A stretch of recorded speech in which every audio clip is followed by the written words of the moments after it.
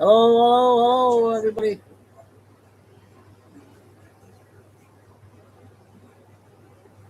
Coming on a little bit early because I think we might want to watch Patriot Underground and Jane or Jan, Dr. Jane. They got an interview at 7 o'clock.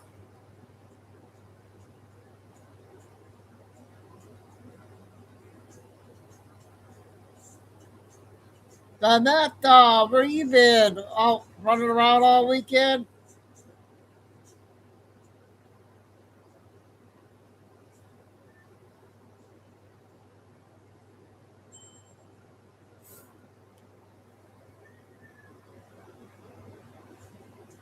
Okay, all right. Have a good one.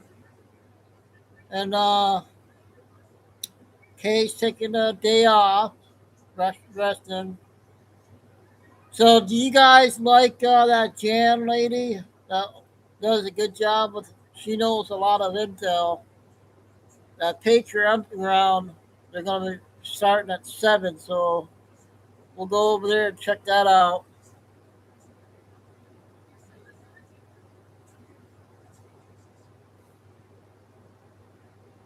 Yeah, good. Yeah, yeah. I got it right here, all ready to go.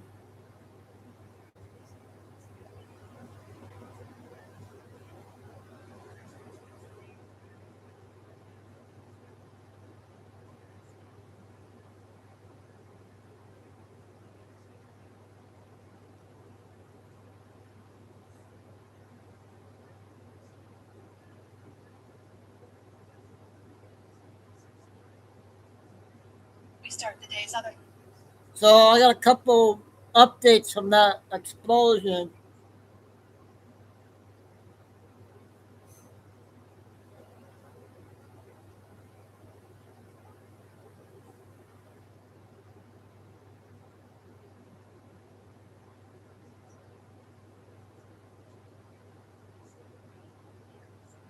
I hope everybody had a good holiday, safe weekend, and Samantha, the first show I did about six Memorial Day videos, and I did a prayer too.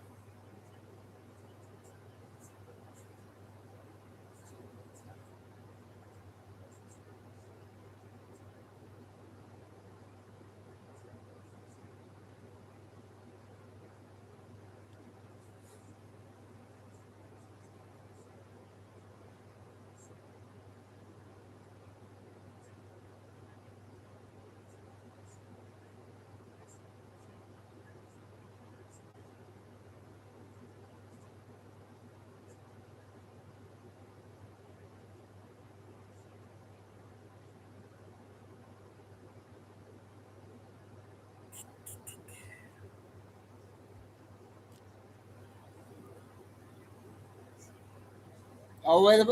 I'll wait a few more minutes, you guys.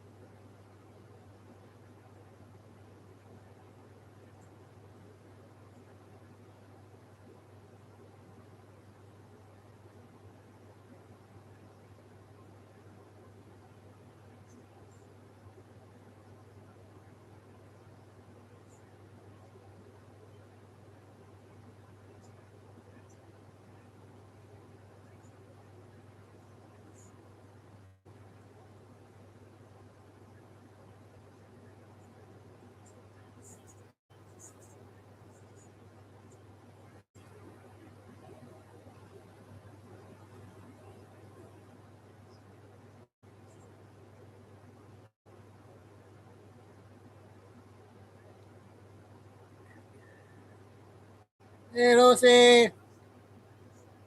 Hi, Mom. Lucy's mom, and I heard you got some goodies from yesterday. I hope you saved some cookies for me.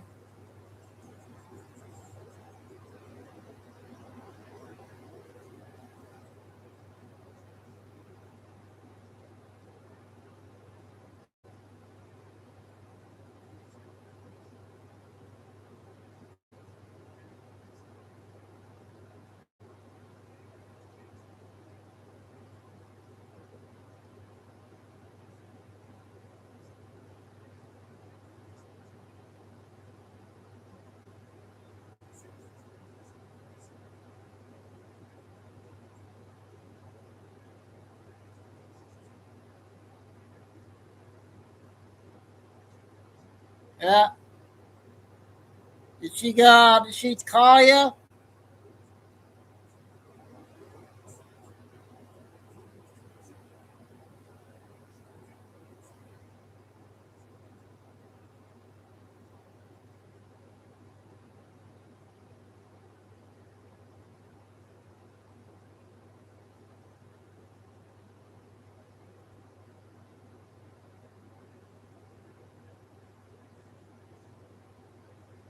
Yeah.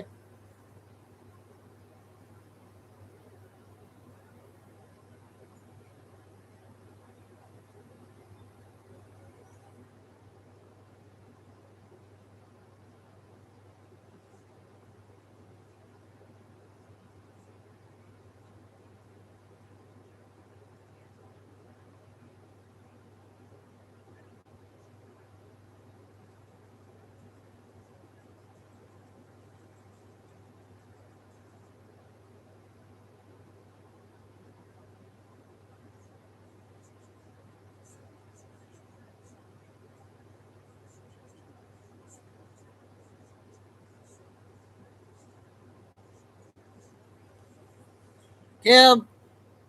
Yep. Kay's taking the day off. Tired.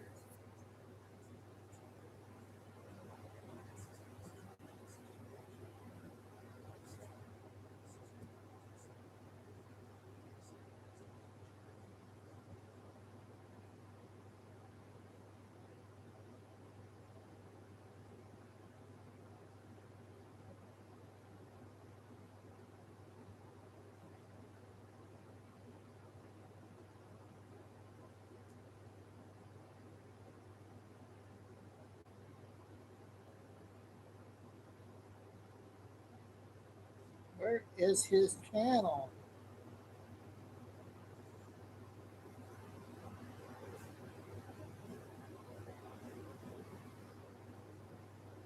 Still no Billy Bean out.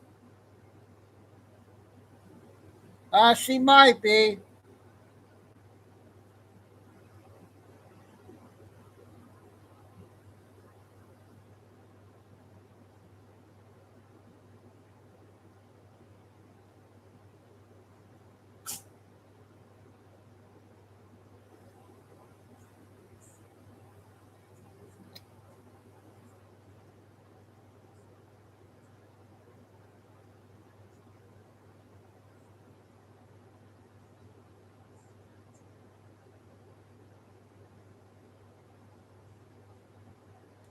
So we're gonna do some short ones. I'm trying to find that um, Patriot Underground Fighting Eagle. You get that on YouTube?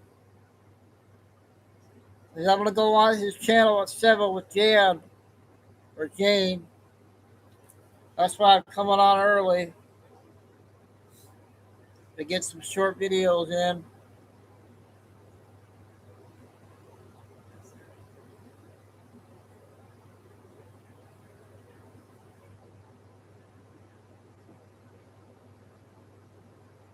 Okay, we'll do this one. Oh wait, I got two.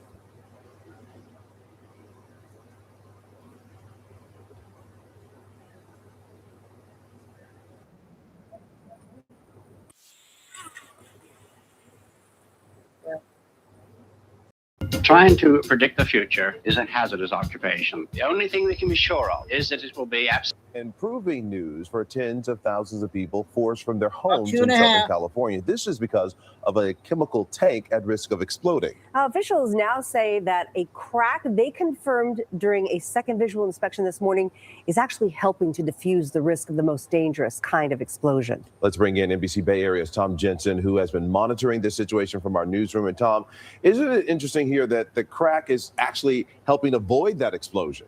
It is, and that's what they were talking about over the weekend after they saw that there was a potential crack. And it's great news for our family and friends in the Orange County area.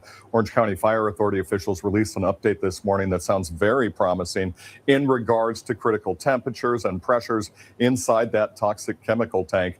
They started by trying to mitigate a catastrophic failure in the tank, which holds more than 6,000 gallons of that potentially poisonous and explosive material, by spraying it with cooling water cannons. The heat continued to rise, though, to triple digits, and officials ordered the evacuations of about 50,000 people in and around Garden Grove. Then on Saturday, they discovered that potential crack in the tank that could be letting out pressure but not leaking material. They said that would help avoid what's known as a BLEVE, a boiling liquid expanding vapor explosion, which would be devastating. And this morning, they confirmed the good news after a second visual inspection of the tank. We are happy to report that the threat of a BLEVE is now off the table. That threat has been eliminated. Our members went into that exclusion zone again to validate what we were seeing and get those temperatures. The crack is there. We have verified that it's there, and the tank has released its pressure. Additionally to that, the temperature has been stabilized and actually reducing. Great news. The evacuation orders, though, remain in place despite that promising news. At last reading, the tank's temperatures had decreased from 100 degrees to 93 degrees. This is all taking place at the property of GKN Aerospace, which is an aircraft and vehicle supplier. The company issued a statement on its website Sunday saying it was monitoring the situation and working on solutions. They also apologized to the community for the disruption. Meanwhile, over the weekend, Governor Newsom asked President Trump to issue an emergency declaration for the area. And this morning, the White House responded, saying the administration is monitoring the situation and has activated federal agencies to assist. Live in the newsroom, Tom Jensen, NBC. Okay, that's one video on that.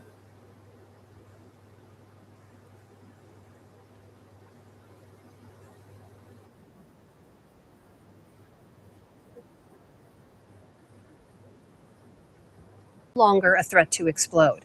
Fire officials say an overnight inspection found that a crack had relieved some of the pressure inside, calling it incredibly positive news. What the goal was last night was to confirm that there was no pressure in the tank.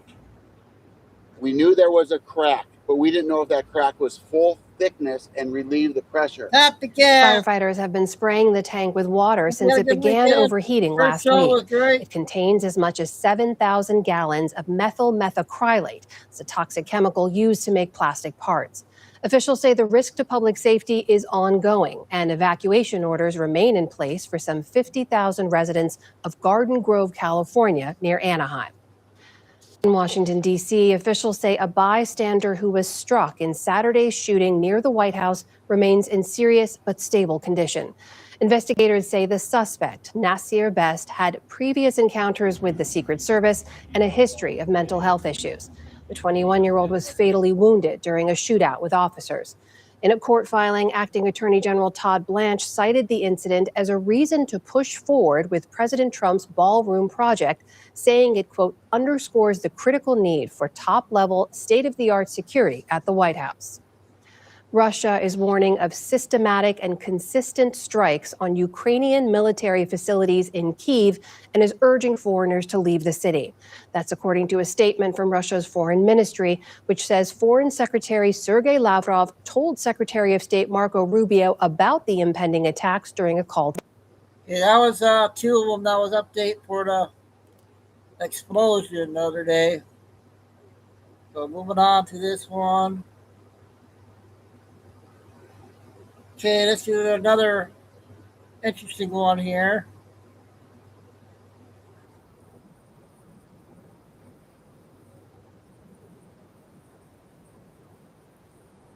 We keep it simple. This is 10 On minutes. the last night of May, something a little unusual is going to happen in the sky. Let me know A when this full moon will rise, but this isn't just any full moon. It's the second one this month, and when a single month gets 2 full moons, that second one earns a name almost everyone has heard of, but very few actually understand: a blue moon. But here's what makes this particular blue moon worth stepping outside for. Right now, the moon is drifting toward the furthest point in its entire orbit around Earth, the most distant it will be all year. So when it rises on Saturday night, it won't just be a blue moon, it will be a blue micromoon, the smallest full moon of 2026. Not dramatically smaller, but noticeably different from those huge close moons you saw in November and December that seemed to swallow the horizon. This one sits further back, quieter, and right beside it, glowing a deep red, will be one of the most striking stars in the entire night sky. We'll walk you through all of it, what a blue moon actually is, what you'll see on Saturday, and how to find the best view.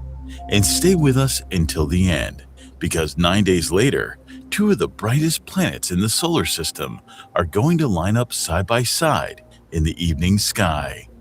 That's one you really don't want to miss. So, why is it called a blue moon? The honest answer is a mistake.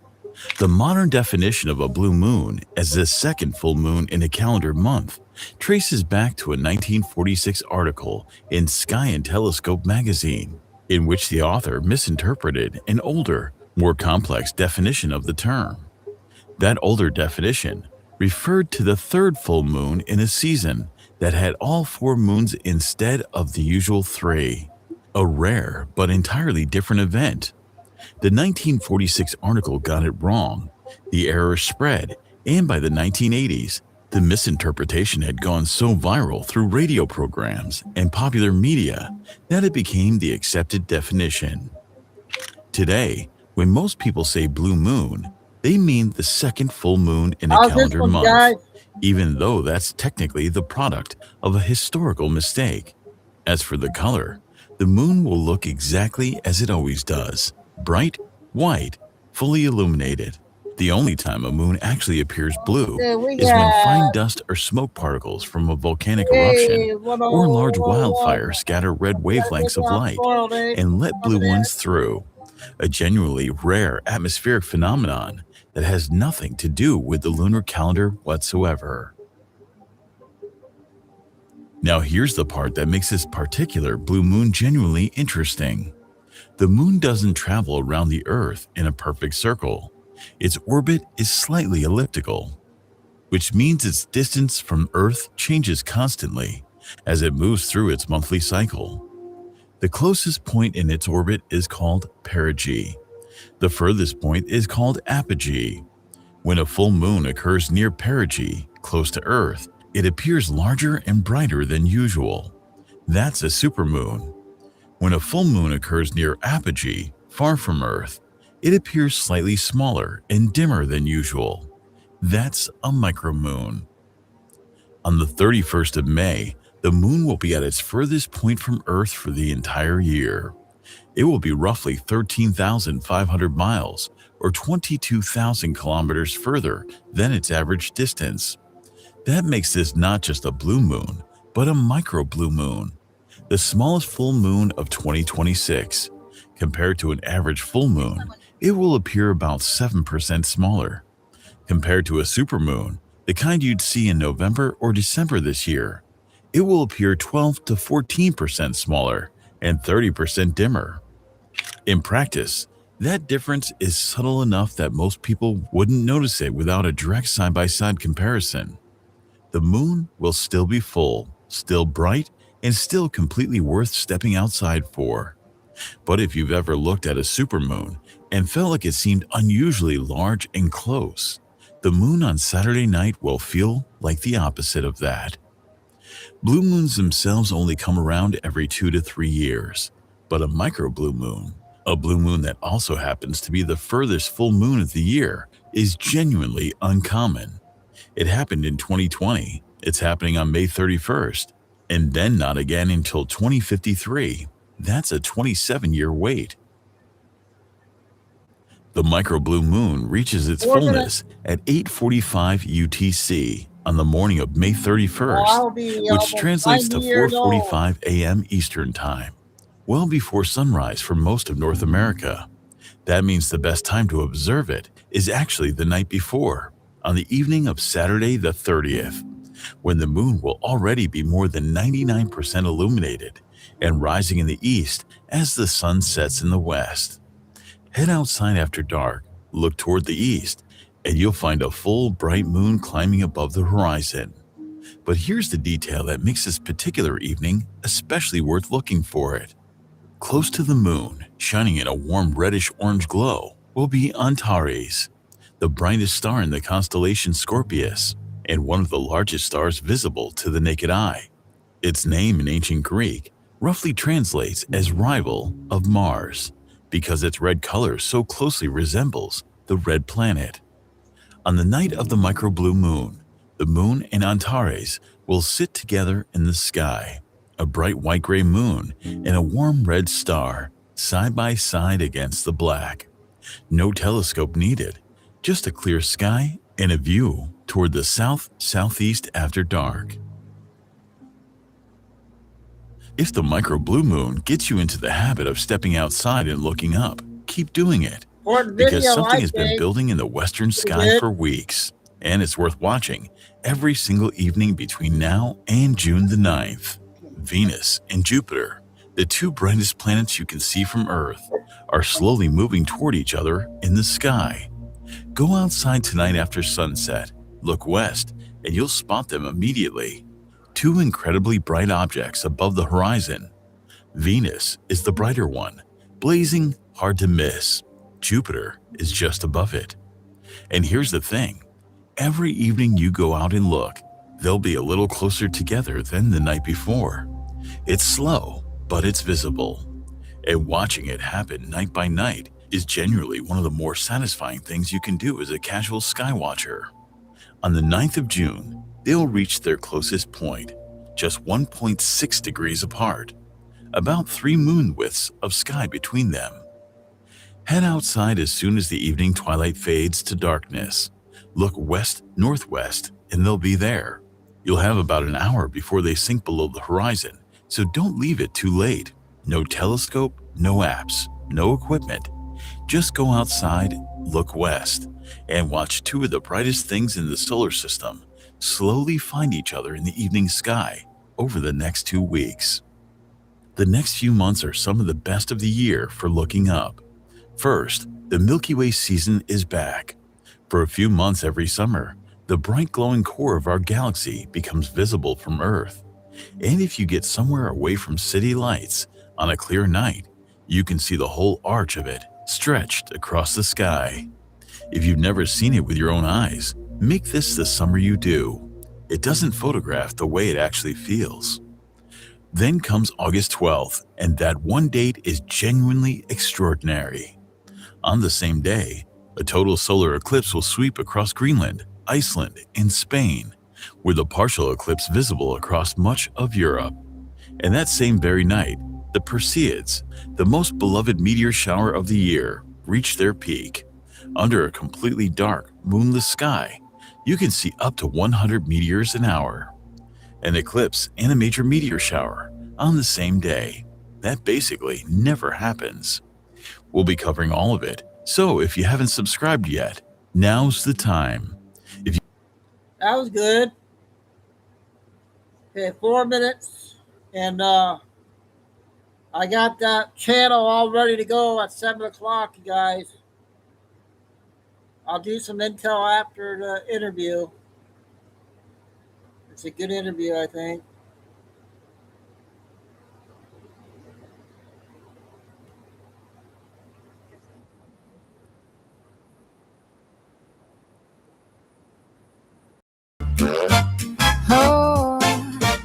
Oh, look at that clock from the dead clock side, ticking and talking through the day and the night. 39 trillion and climbing so high.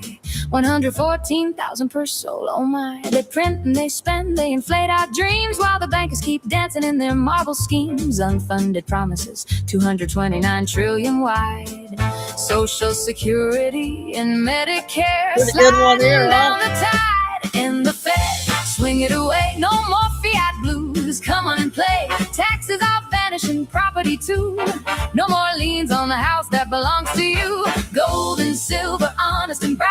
State credit unions dancing in the light. Swing that debt clock, watch it unwind. With the ledger coming, transparent and kind. Property taxes knocking right at your door. Pay up or lose it, they always want more. County and state with their hands in your till, while inflation stealing from every dollar bill. Debt to GDP at 122% strong. Interest payments singing a sorrowful song.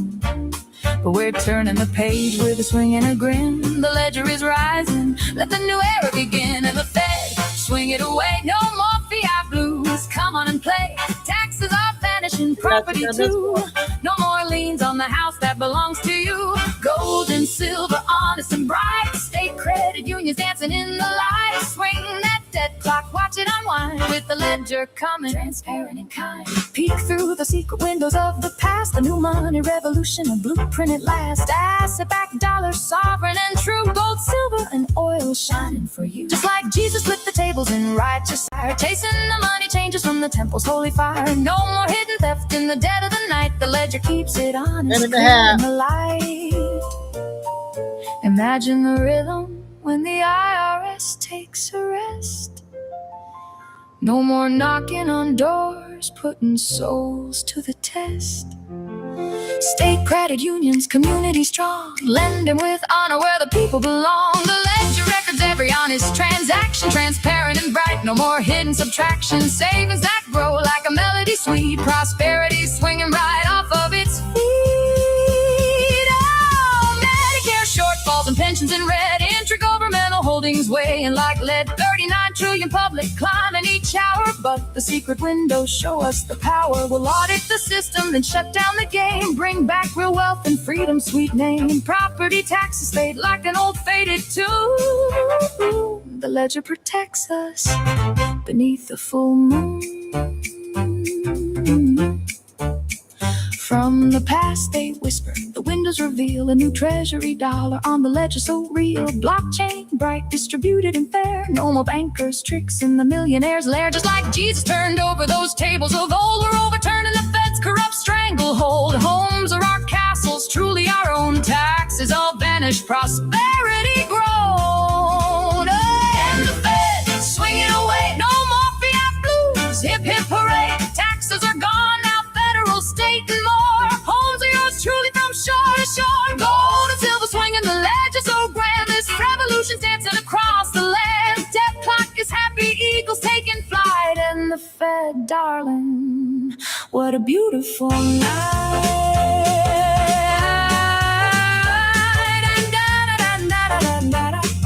Da-da-da-da-da-da-da-da-da-da.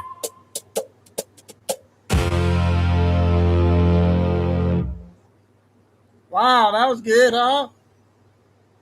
I'm glad I can play music now.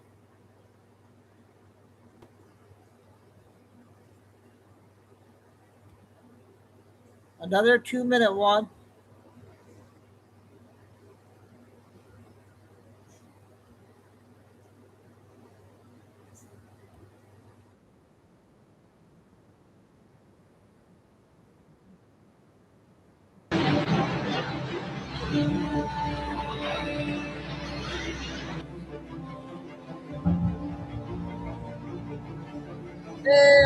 Hey, happy fall, Dale. We had a good weekend.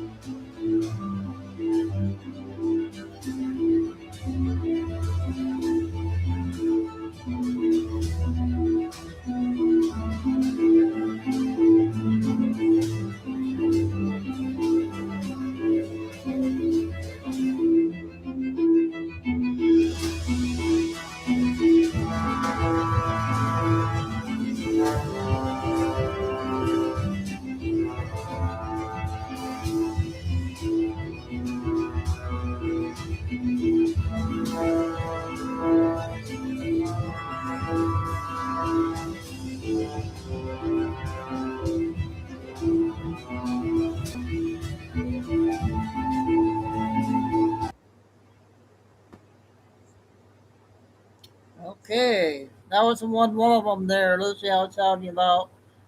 So I got a couple more shorts, and then I'm gonna go. We'll check out that interview. It's almost 7.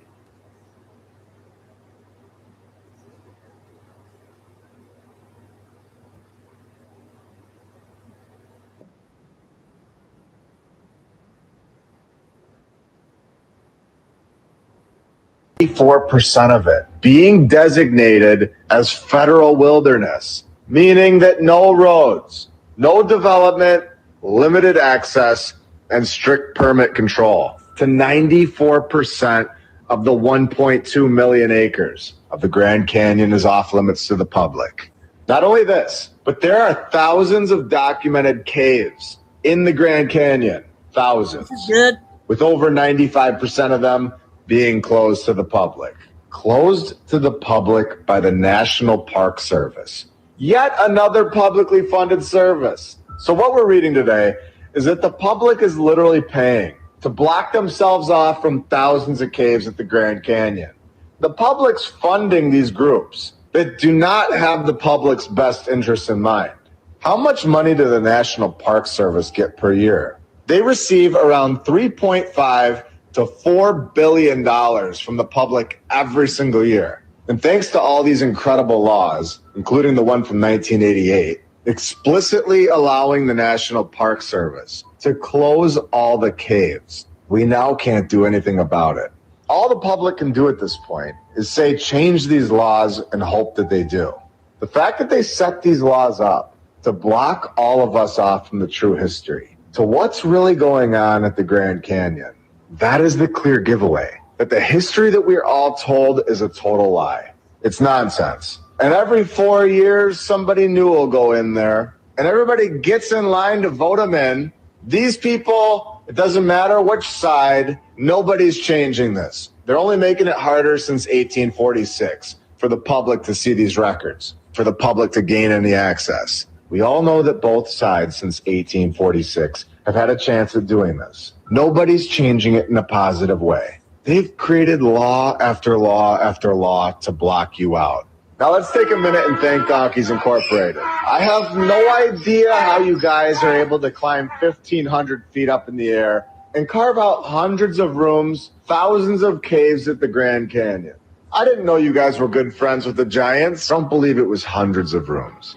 I believe that it was thousands. I believe it is the most shocking place in the entire world. And they needed to block off 94% of it to the public because we would have found so many more than 1,500 caves. We would have found that these were all buildings that are completely melted on the outside, but still operational on the inside, including the Vishnu Temple at the Grand Canyon that resembles the Sphinx in Egypt. And I have to let you all know, this was not created millions of years ago by the wind.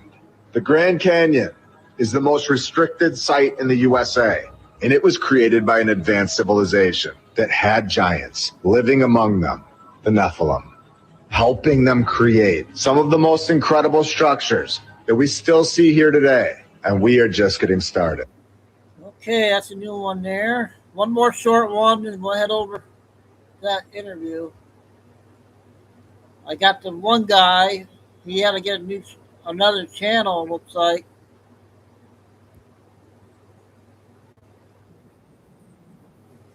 He hasn't been on in a while.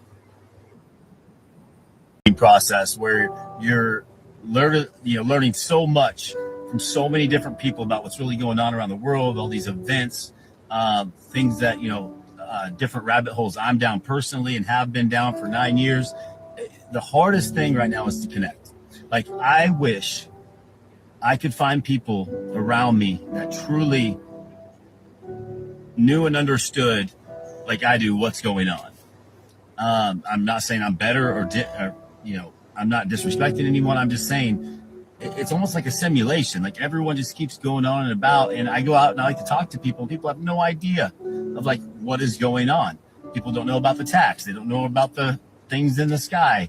They don't have a clue about anything in the Bible. I mean, a lot of people, it's mind blowing to me. And the thing is what's coming is going to shock the world. And I'm not just talking about an inauguration. I'm talking about history. I'm talking about hundreds of years of manipulation and lies. I'm talking about a cabal that's going to fall, a massive cabal. This is biblical. This is historical. Be prepared to rewire your brains. Be prepared to lose the ego and learn all over again, because it's coming. And it's a good thing. Like, we're going back to our republic as a country. We're going back to our sovereignty. We're going to be given back the things that have been kept from us for hundreds of years. But it's so hard for people to grasp. And I just want, like, why are there so many people on this app that get it? And I don't know, like, where y'all are at. Like, there's no one around me. Where y'all at? Like, is there anyone here? I feel like I'm so alone in this journey, but I know what God's doing in my life. I know, and I trust my discernment, my Holy Spirit, and our mission is to help others, and that time will come when people are gonna need understanding. So for all of my friends out there, all the thousands and thousands of you that keep preaching and keep spreading truth, don't stop. We got to stick together in this, but great things are coming. Okay, another good one.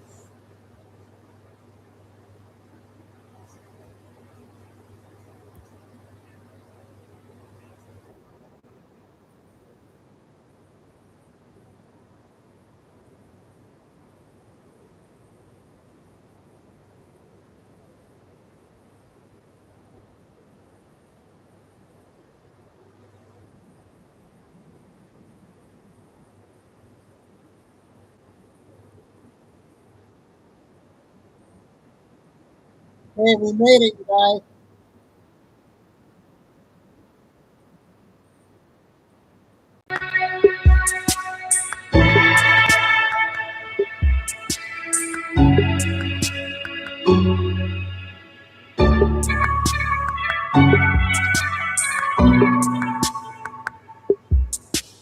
We'll go an hour, then do it an hour more improv.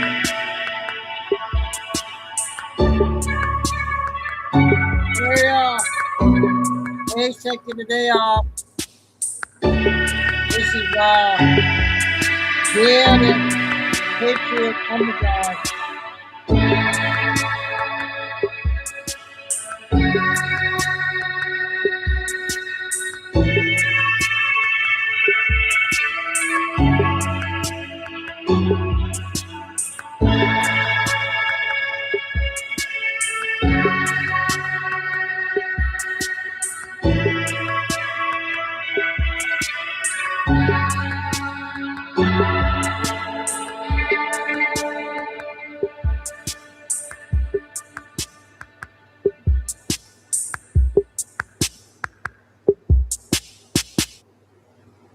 What's going on, everybody? This is Patriot Underground here. Now, before we get started with the show tonight, I just wanted to say a brief word on behalf of my partners over at PatriotUndergroundGold.com and PatriotUndergroundSilver.com. Certainly, folks have been watching and reading the tea leaves. We all know that the de-dollarization agenda being spearheaded by the BRICS is accelerating with every passing day, as is the financial crisis here in the United States. This is a controlled demolition, folks. The fiat debt prison is being steered into oblivion right now.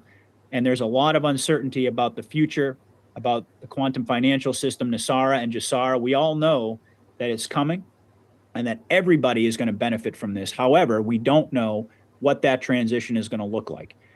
And I'm of the opinion, not being a financial advisor, but just as an average person, that the smart thing to do is to protect all of your hard-earned money that you've worked an entire life to accumulate as we go through this storm by putting it into precious metals like gold and silver that have historically always been a safe harbor of wealth. So I strongly urge everybody out there to click the links in the description for patriotundergroundgold.com or patriotundergroundsilver.com. And silver has been doing remarkably well. As a matter of fact, my partners are offering $10,000 in free silver for qualified accounts. You can't go wrong. Now is the time to make this move, folks. The people I work with over there are the best in the business, and they're willing to move as fast as you are. So now's the time to get off the fence and to make these very prudent decisions to protect you and your family as we go through the eye of the storm, which is very rapidly approaching. All right, folks. Thank you for listening. God bless and Godspeed. Enjoy the show. Patriot out. Hello, everyone, and welcome to Patriot Underground. Today is May 28th, 2024. Thank you so much for joining me, folks, to discover the truth beneath the surface. As always, I really do appreciate everybody out there taking the time to listen. And today it is my pleasure to welcome Dr. Jan Halper-Hayes to the show. I reached out to her a while back, and given how in demand she is, it took a little while for us to connect, but good things are always worth waiting for, and I'm very much looking forward to our conversation today. So welcome to the show, Jan. It is an honor to have the opportunity to speak with you. Well, it's really an honor to be here. And from a distance, in listening to you, I have admired your ability to just share who you are and what's going on with you so honestly and openly. And frankly, I'm kind of envious of it because I don't think I'd be capable of doing it as well as you do it. I listen with great admiration. Well, that is huge praise coming from Jan Halper-Hayes. My goodness, thank you so much. And I think you should know. All right. Sorry about that, you guys.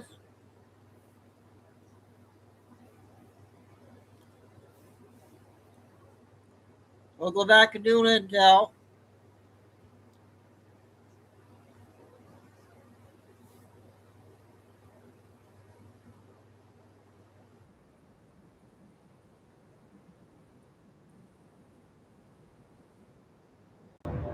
Monday, May 25th, 2026. Hello, I am John Michael Chambers, and this is your War Report. I ask you to listen with love, as where we go one, we go all. The following report is provided in part by Guardian Daniel R. The ongoing storm. The Commander-in-Chief's dismantling of the media. We are currently in the midst of the Great Awakening, an ongoing relentless information war, shaking the foundations of the old world order by the hour. The mainstream media, acting as the propaganda arm of the deep state, is backed into a corner globally. Their facade of targeted disinformation and censorship is crumbling irreversibly as they are systematically exposed before the eyes of the global public. As the active commander-in-chief of the military, Donald J. Trump, identified in the digital underground as a supreme strategic entity, Q directs this final phase of enlightenment. His relentless posts on the Truth Social serve as precision tools that debunk corporate media lies in real time.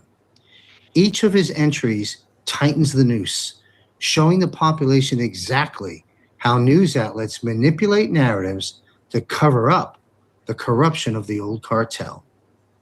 Behind the scenes, the military operation is running at full speed.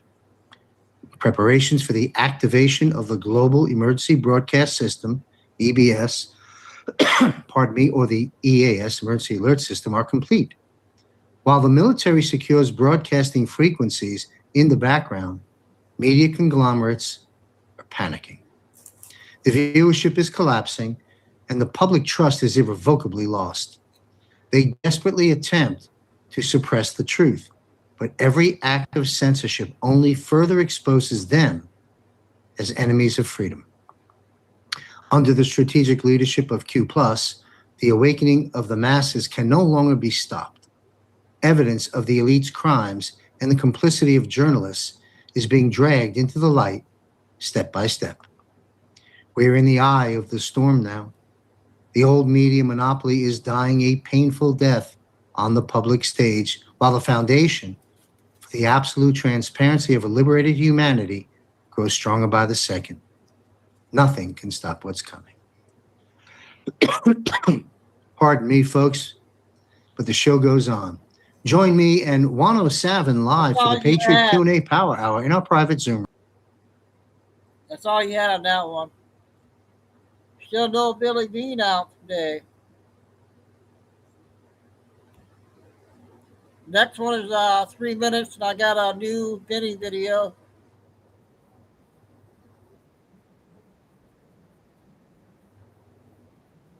It's big tech. They're flipping the switch on us. And now Sam Altman, the owner of OpenAI, is out here saying that the future of AI is going to be metered like water and power. So let me connect these dots for you, because this is not a conspiracy. This is literally happening right now in Georgia. Georgia Power froze the base rates for our electric bill. And on paper, that sounds good, but here's what they're not telling you. Local governments are footing the bill for brand new power lines, road upgrades, and fire stations. Meanwhile, data centers are the literal physical buildings running this AI, and they're getting billions in tax breaks. One estimate just ballooned from $327 million to $2.5 billion in breaks. That's your tax money subsidizing the infrastructure that they're going to turn around and charge you to use. So here's what really jams my Glock. These data centers, they are proven military targets now. And we're not talking about some secret bunker in the desert. We're talking about residential areas. In Fayetteville, Georgia, right outside of Atlanta, they're running high voltage power lines through over 100 properties, and that cuts through people's yards. We call that eminent domain. And they're taking it for a data center that Microsoft already signed on to use. Monroe County, Middle Georgia, is about to build 2 in residential areas, and they're using eminent domain to run liquid natural gas pipes to fuel these substations. Now, here's the part they're not telling you about why all this is happening so fast. Wall Street just flipped the script on AI. For years, these companies got a pass to lose money chasing the dream, but not anymore. In 2026, investors are demanding something they haven't seen yet, actual profits. But here's the problem. Most of these AI companies aren't even profitable. They're burning cash. So what do? They rush to build the infrastructure they're not even sure that they need, on our dime with our tax breaks, hoping that the bubble doesn't burst before they figure out how to make actual money. If it does burst, one Georgia regulator put it plainly. He said it's like taking out a mortgage to build an addition for a roommate, and if that roommate moves out, you're stuck with the bill. So we're paying for the grid upgrades, we're losing land to eminent domain, and living next to a target that we never voted on. We're subsidizing companies that aren't paying taxes and aren't making profits. And when this AI gets expensive to run, they're going to put a meter on it and bill you again. This isn't a tech story. This is your backyard story. So start going to your county commission meetings, because the decisions getting made right now are deciding who owns the future and whether you get a say in it at all. How's this one, you guys? I like to compare it to a drug dealer. It's like we're getting the free dose right now. We're getting our first hit for free. And once we're hooked, they're going to charge us for it again. Another important one.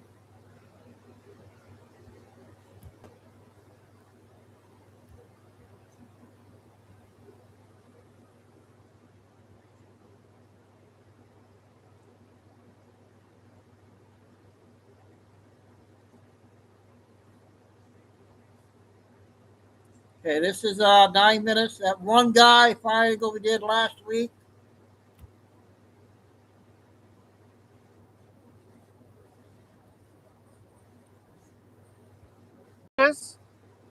Let me break this down for you real quick.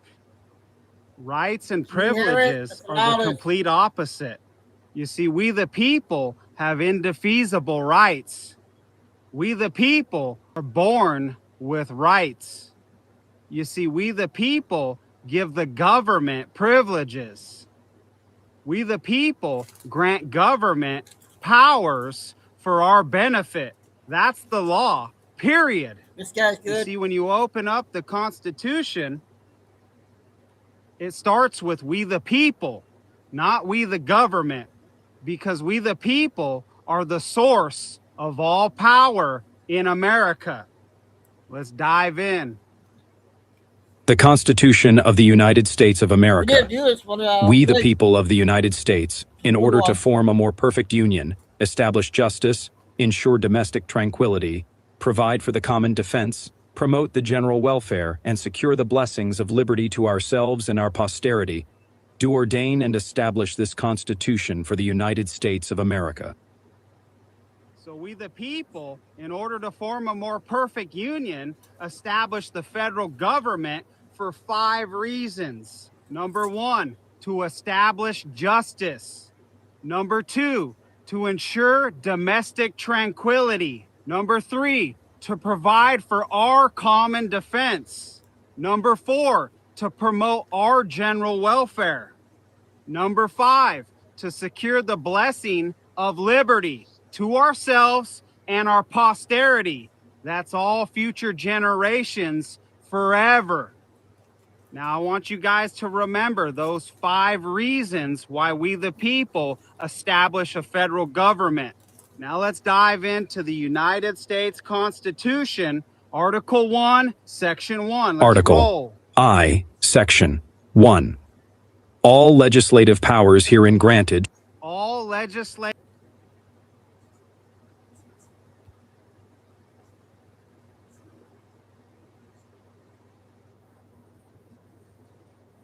That was going over again, I think. This is another. When you find out who you are A in the minute on this Constitution, one of the people with all political Troy, power, knock him. you don't need a permission slip from anybody in government. They work for you. We the people. You see, government's only job is to benefit we the people. Not pull you over, not steal all your money, not regulate your property, none of that garbage. You see, voting harder ain't gonna fix any of our issues. Repenting from politics and learning the fundamental law is the solution. We the people gotta get back to loving our neighbors and self-governing. We don't need data centers. We don't need surveillance. We don't need flock cameras. We don't need government taxing us into oppression. Yep, he's another new one there. He's good.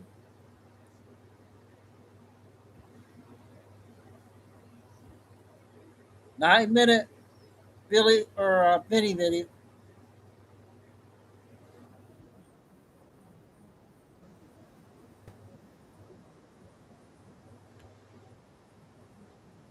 Out there. It's basically an automatic 20/20 vision device for your eyes. I mean, this thing is nuts. It literally automatically adjusts to give you perfect 20/20 vision at any distance instantly.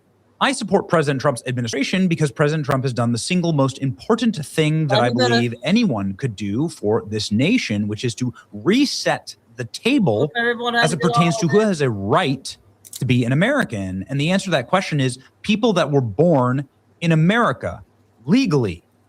And that would exclude, of course, anchor babies. People that came here, founded this nation, their ancestors built this nation.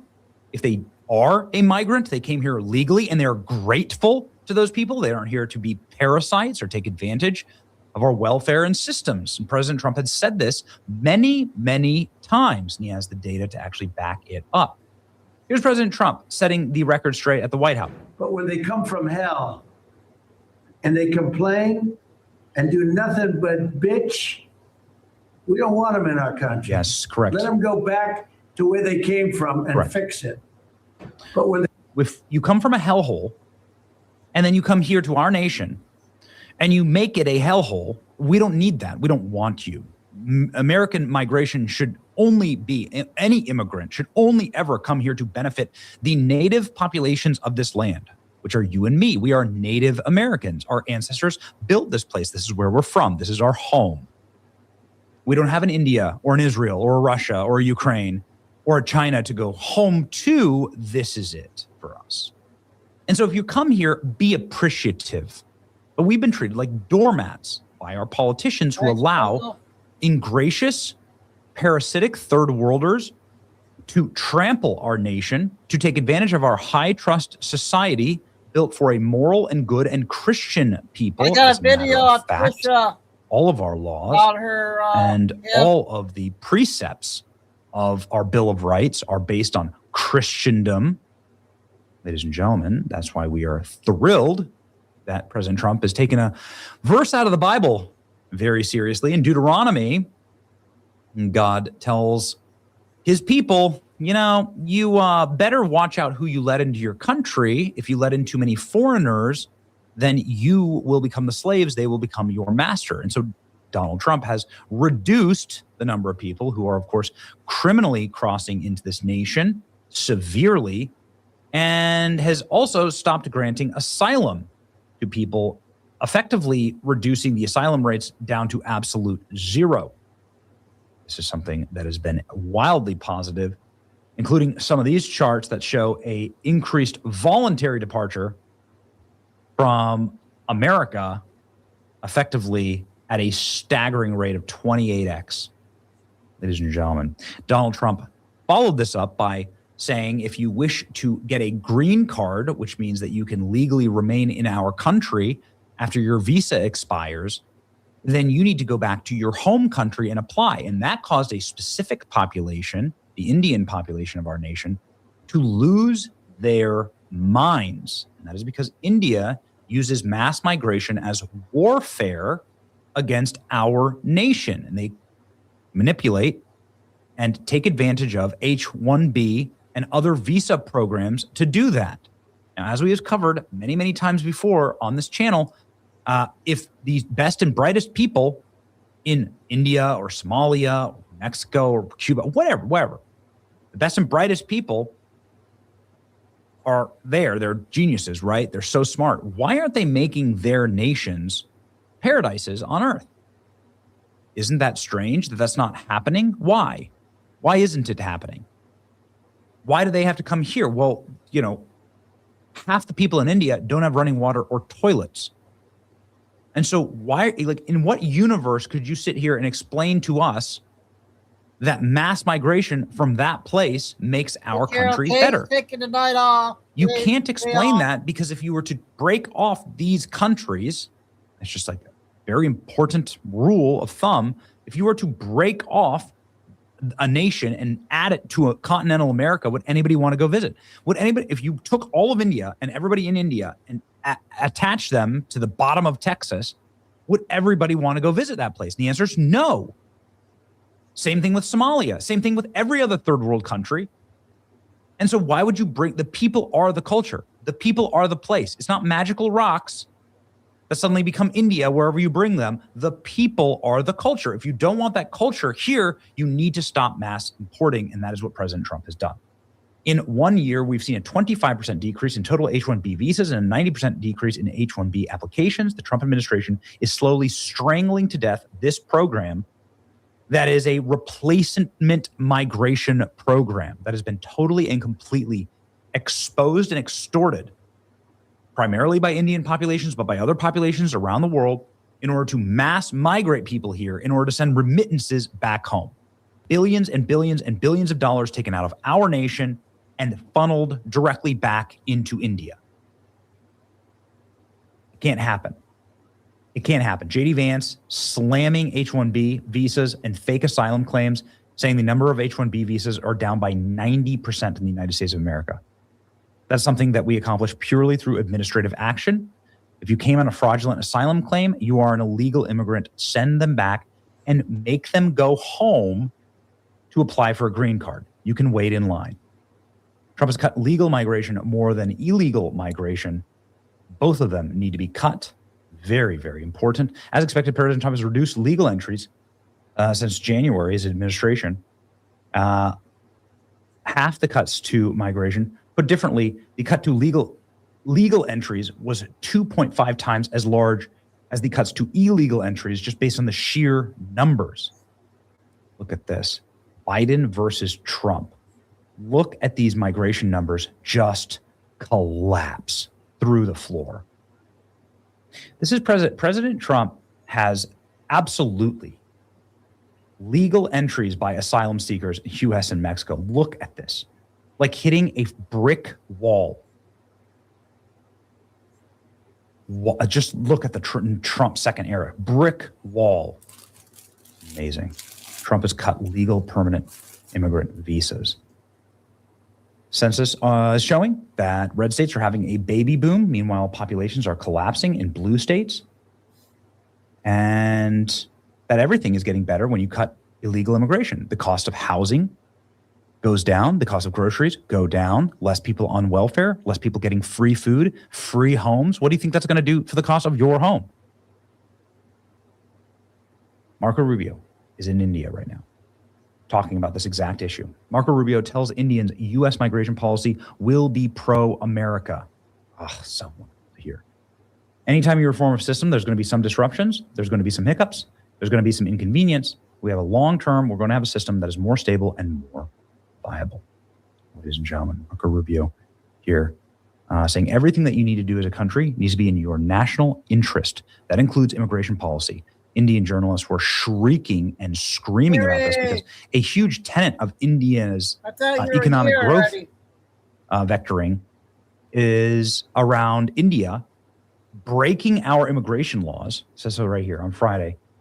Top officials announced new rules that deny legalization of millions of residential migrants who broke U.S. laws. That rule, for example, would likely block legalization of many Indians who broke U.S. law to get jobs in India-operated hotels, restaurants, and franchises in our country.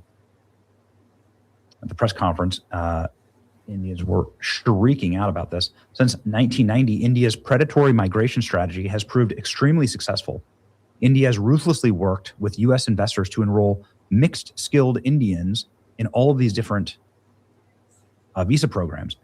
The combined effort has pushed many Indians into the heart of American industries and have pulled American jobs away from Americans, Wall Street investments back into India. So it legitimately is parasitic migration. Imagine being able to build an app with your name on it just by thinking about it. Meet Base 44, a complete AI creation platform. In order to feed off the host and take advantage of these loopholes. So let me make this very clear. Marco Rubio is shutting this down. Beautiful thing. Secretary Rubio, we are modernizing our immigration system. That is good for America. And everything you do has to include American interests. Wonderful to hear him say this so strongly and so forcefully. Ladies and gentlemen, here we go. Marco Rubio dropping the hammer in India. The State Department would have a huge role in all of this. And they're announcing these policies as Marco Rubio's traveling to India of critical importance. American jobs, American culture is on the line. Make sure that these countries that are taking advantage of these programs are shut down. Here's Rubio, ladies and gentlemen. We've had a migratory crisis in the United States. This is not because of India, but broadly, we had over 20 million people illegally enter the United States over the last few years, and we've had to address that challenge. In addition to that challenge, and I think this is true for India, this is true for every country in the world, okay? Everything that you do as a country needs to be in your national interest, and that includes your immigration policy. The United States, I believe, is the most welcoming country in the world on immigration. Every single year, 1 million people, roughly, become permanent residents of the United States and contribute greatly. My parents entered the United States as permanent residents in 1956 from Cuba. And so it's a process that's enriched us. But it has to be a process that's adjusted in every era to the realities of the modern times in which you live. If I get time, AOC is on a couple channels. Trish has two, and then the one guy with the glasses. But one just came out with Trish that the oil just crashed, you guys. What does that mean?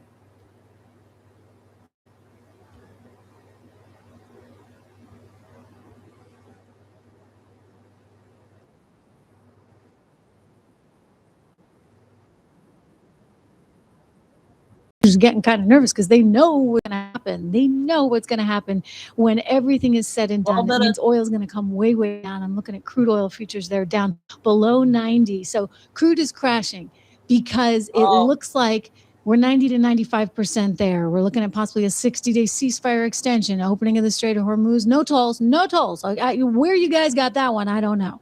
But you're not going to have any kind of toll system. You need to turn over all the dust. That should have been front and center on that list there. Iran is going to clear the mines in the Strait. The U.S. is going to lift the blockade in exchange of them clearing those mines, no tolls, and turning over the nuclear dust. Yeah, they're going to wind up. We will lift that blockade, and then Iran will be able to sell its oil. And so once you have 20% of the world's supply coming back online, well, then that's good news for oil prices. But let's be really clear here. We're not doing a deal just to do a deal. We're doing a deal provided they turn over all of the nuclear dust. No dust, no dollars. The president is making this very, very, very clear. And he's also made it clear that his style is a bit different, shall we say, from his predecessors. And to sum it up, he put it out on Truth Social. Here we go. I love this meme. Let's negotiate. He's got Barack Obama on one side and he's got Iran on the other, looking like a terrorist. I will blow, begins with an S. We'll call it stuff up, right? And then you got Biden. Let's negotiate. Again, I will blow stuff up. And then you've got Donald Trump saying, I'm going to blow stuff up. And Iran saying, okay, let's negotiate. Time to actually get serious. And then he also sent this one out just in case the message didn't quite sink in. He's got a giant bomber there. Thank you for your attention to this matter. So it looks like this thing might be coming together, but I want to be cautious. I don't want to get anybody's hopes up too high because I think we need to hold out and make sure we're getting exactly what we want. In other words, you don't want to rush something like this. And the last 5% of any deal, right, is sometimes the hardest. But 90 to 95% there, the administration says. Watch. Framework is said to be 90 to 95% complete. Iran would reportedly give up its stockpiles of enriched uranium, stop enriching it, and help reopen the strait, and agree to broader regional ceasefire. In exchange, Iran would get sanction relief, a gradual easing of the U.S. blockade, and broader economic normalization. Broader economic normalization. Now, that's what gets some people nervous. It does make others kind of happy because then you see there that lower oil price. But broader economic normalization would effectively mean, we're going to relax those sanctions. So if we relax some of those sanctions and they're able to join the world economy, the fear is, of course, that they're going to use that money to then go enrich uranium again. And so the question then becomes, wait a second, are we just going back to the same deal that we had before? Well, the short answer is no, not just because of the clever meme he sent out, which it's kind of funny. Not just because of that, but also because he's talking about getting everybody on board with the Abraham Accords. And then some, because he said something on a call that apparently shocked everyone. I'm going to get to that in just a second. But think about the Abraham Accords and how monumental, right, this would be to have some kind of deal that might even include Iran. Linked an expansion of the Abraham Accords to his negotiations for an Iran deal. The president writes, during my discussions on Saturday, I stated that after all the work done by the United States to try and pull this very complex puzzle together, it should be mandatory that all of these countries, at a minimum, simultaneously sign on to the Abraham Accords. Those countries discussed are Saudi Arabia, the UAE, Qatar, Pakistan, Turkey, Egypt, Jordan, and Bahrain. Most should be ready, willing, and able to make this settlement with Iran a far more historic event than it would otherwise be if Iran signs its agreement with me as President of the United States of America. It will be an honor to have them also be part of this unparalleled world coalition. So this coalition is basically going to allow for more flights, more trade, et cetera. It's really trying to modernize, if you would, the entire Middle East, and it would be pretty darn massive. And, as far as Iran goes, I think Iran would like to see itself in control of the Middle East. This would put effectively the U.S. in control of the Middle East, which is what we want. He did tweet something else out on Truth Social over the weekend where he had a picture of Iran. It said the United States of Iran. So that was a bit of a message for people as well. And he would like to see something like the Abraham Accords for Iran. So that would be pretty spectacular and pretty meaningful if that, in fact, were to come to fruition. And don't forget, you've heard so much from this administration about how we're kind of shifting gears right now. And we're thinking about new alliances and new opportunities. This is one of them. But he went even further. And I'm going to get to that in a second. He left the entire room apparently speechless on a call with all the Middle Easterners because he made a suggestion that they couldn't quite believe. But before we go there, first, Marco Rubio trying to just, bring everybody down to earth. Don't get too excited yet. I mean, I know the oil markets are, but don't get too excited because we've got to do something that's meaningful for us. Still a work in progress. As I said, we thought we might have some news last night. Maybe today. I wouldn't read too much into it. It takes a little while to hear back. So we have what I think is a pretty solid thing on the table in terms of their ability to open up the straits, get the straits open, enter into a very real, significant, time-limited negotiation on the nuclear matters, and hopefully we can pull it off. Well, hopefully we can, right? Hopefully we can. And I'd say it's a good sign that you see oil prices crashing. Donald Trump left the room completely silent. We're told there was this leaked call, basically, where we got the details of a call that the president had with all of these Arab leaders. So, he's getting everybody to sign on to the Abraham Accords. He's probably thinking, this is going great. I'm going to invite Iran in there, too. And then he stunned them because he made a suggestion. That they recognize and normalize Israel. I mean, they've been a real pain, right, for Israel all since 1948. And part of the Abraham Accords is to kind of ease some of that tension, of course. But he wants to take it further. And apparently, I'm going to read from the Daily Mail that had the first readout on this, the most powerful leaders in the Middle East, including from Saudi Arabia, Qatar, Turkey, and Egypt, joined Trump on a conference call on Saturday to discuss progress towards ending this U.S.-Iran war and reopening the vital oil passageway, being the Strait of Hormuz. In return, Trump pressed the leaders to normalize ties with Israel, a demand aimed at nations that have opposed the Jewish state since its founding, of course, in 1948. And apparently, the Arab leaders were so stunned by this. But, I give them so much credit because, you know what? You got to go for it, right? You got to shoot for the moon, for goodness sakes. Who else would do this but Donald Trump? And he said, well, okay, so long as we're at it, he started pushing them for normalization of this relationship. And apparently the whole call went totally silent. Nobody said a word. This is according to a report actually first out in Axios. And so then after a little bit, apparently Trump said, are they still there? And then they were, and they agreed that Jared Kushner and Steve Witkoff would follow up on the negotiations, but he's putting that one out there too. In other words, this Israel hate stuff has got to stop, okay? It's got to stop. And for the betterment of the world and for the betterment of everybody's economy over there, I'll tell you, Israel has got a lot of stuff and created a heck of a lot of stuff that you guys could probably use. So let's kind of get on with it, right? I mean, you've already seen some normalization, dare I say, between Saudi Arabia and Israel. Could it be that you can get more of it? And we're talking a whole great deal more of it.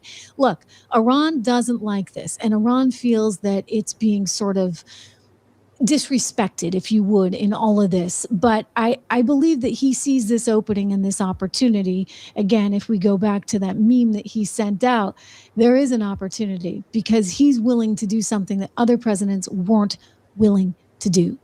He's willing to use all the power he has. And he's made that very clear over and over and over again. So now they're coming to the table. And as a result, you know what? The world's going to be a safer place and oil prices are going down. And, you know, the lefties, especially those in the media, can't quite believe their ears or eyes. Watch. The data on gas prices is pretty undeniable. Memorial Day weekend gas prices are at a 4-year high. AAA says they'll remain elevated throughout the summer at least. Last month, you said that high gas prices would be a temporary phenomenon. Mm-hmm. Did the White House paint too rosy a picture of the impact that this war would have by emphasizing that this was going to be a 4 to 6 week excursion? Well, I think the 4 to 6 week was an accurate description of like when the sort of active kinetic events were going to happen. Right now, I'll let the president decide on whether he thinks the deal is ready to go this week or not. But the bottom line is once the straits are open, then the tankers are going to go back and they're going to refill the refineries almost right away. A tanker goes about 300 nautical miles a day.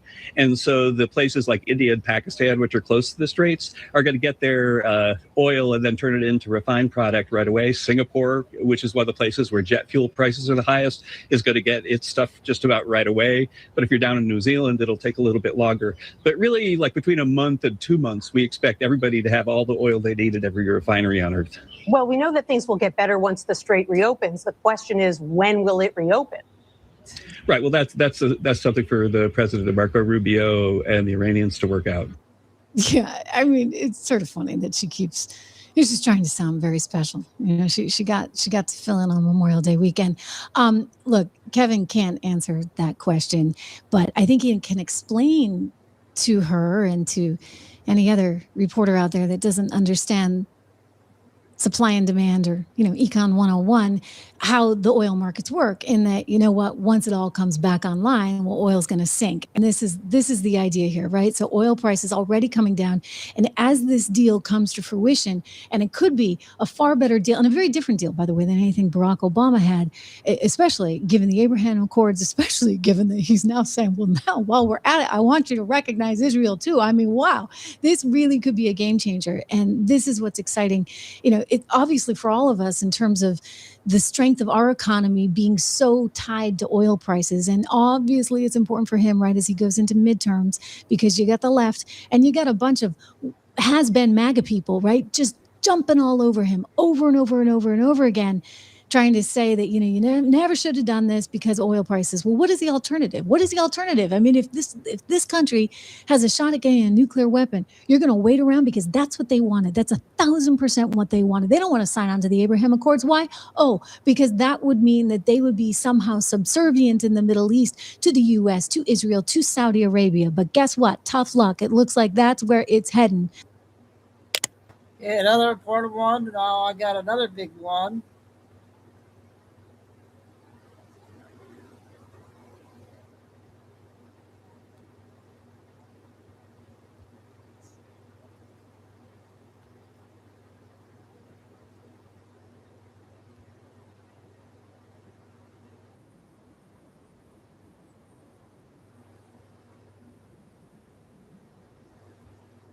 Domain is out there.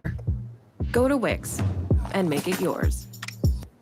The mainstream media is either lying or running cover on 4 massive stories that prove just how insane politics have become. And one will leave you scratching your head. Story 1, Congressman Thomas Massie just got destroyed in his primary.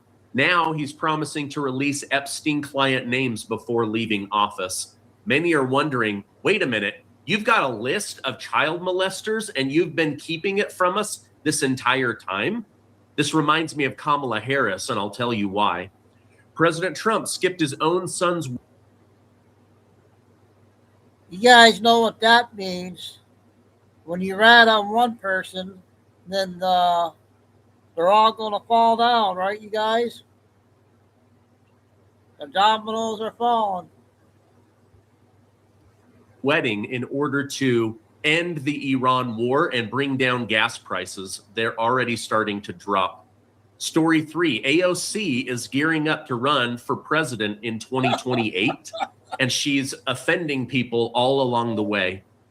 The Democrats and the NAACP are now begging black athletes to quit sports or move from a red state to a blue state. I'll cover this and much, much more. Yeah. Thank you guys so much for liking and sharing the videos. Happy Memorial Day. And thank you to those that gave their life for our country. Congressman Thomas Massie's humiliating defeat in Kentucky's Republican primary has now taken an even more bizarre turn. After losing his re-election bid to a Trump-backed challenger, Massie is reportedly claiming he'll release names from the Epstein file before leaving office. But instead of making people happy, his promise has exposed him as either a liar or a cover-up artist who's been sitting on information about sexual predators, the elite, and child molesters for months. Think about it. If Thomas Massie has names of criminals involved in the Epstein trafficking network, why hasn't he released them already? Why wait until the last day on the job. Let's get this thing done right now. This reeks of the same political blackmail games that career politicians have been running on each other and us for years, using critical information as leverage against voters instead of doing the right thing immediately. It's the Kamala Harris playbook all over again. Remember when she promised voters that as soon as she got into power, she would make life more affordable? Her supporters immediately said, wait a minute, you're in power right now. Why don't you make our life better right now? So Thomas Massie is pulling a similar stunt. I'll expose the Epstein predators on my last day in office. People are saying, if you have names and you're telling the truth, do it right now. Even his biggest fans are saying, why have you been sitting on this list?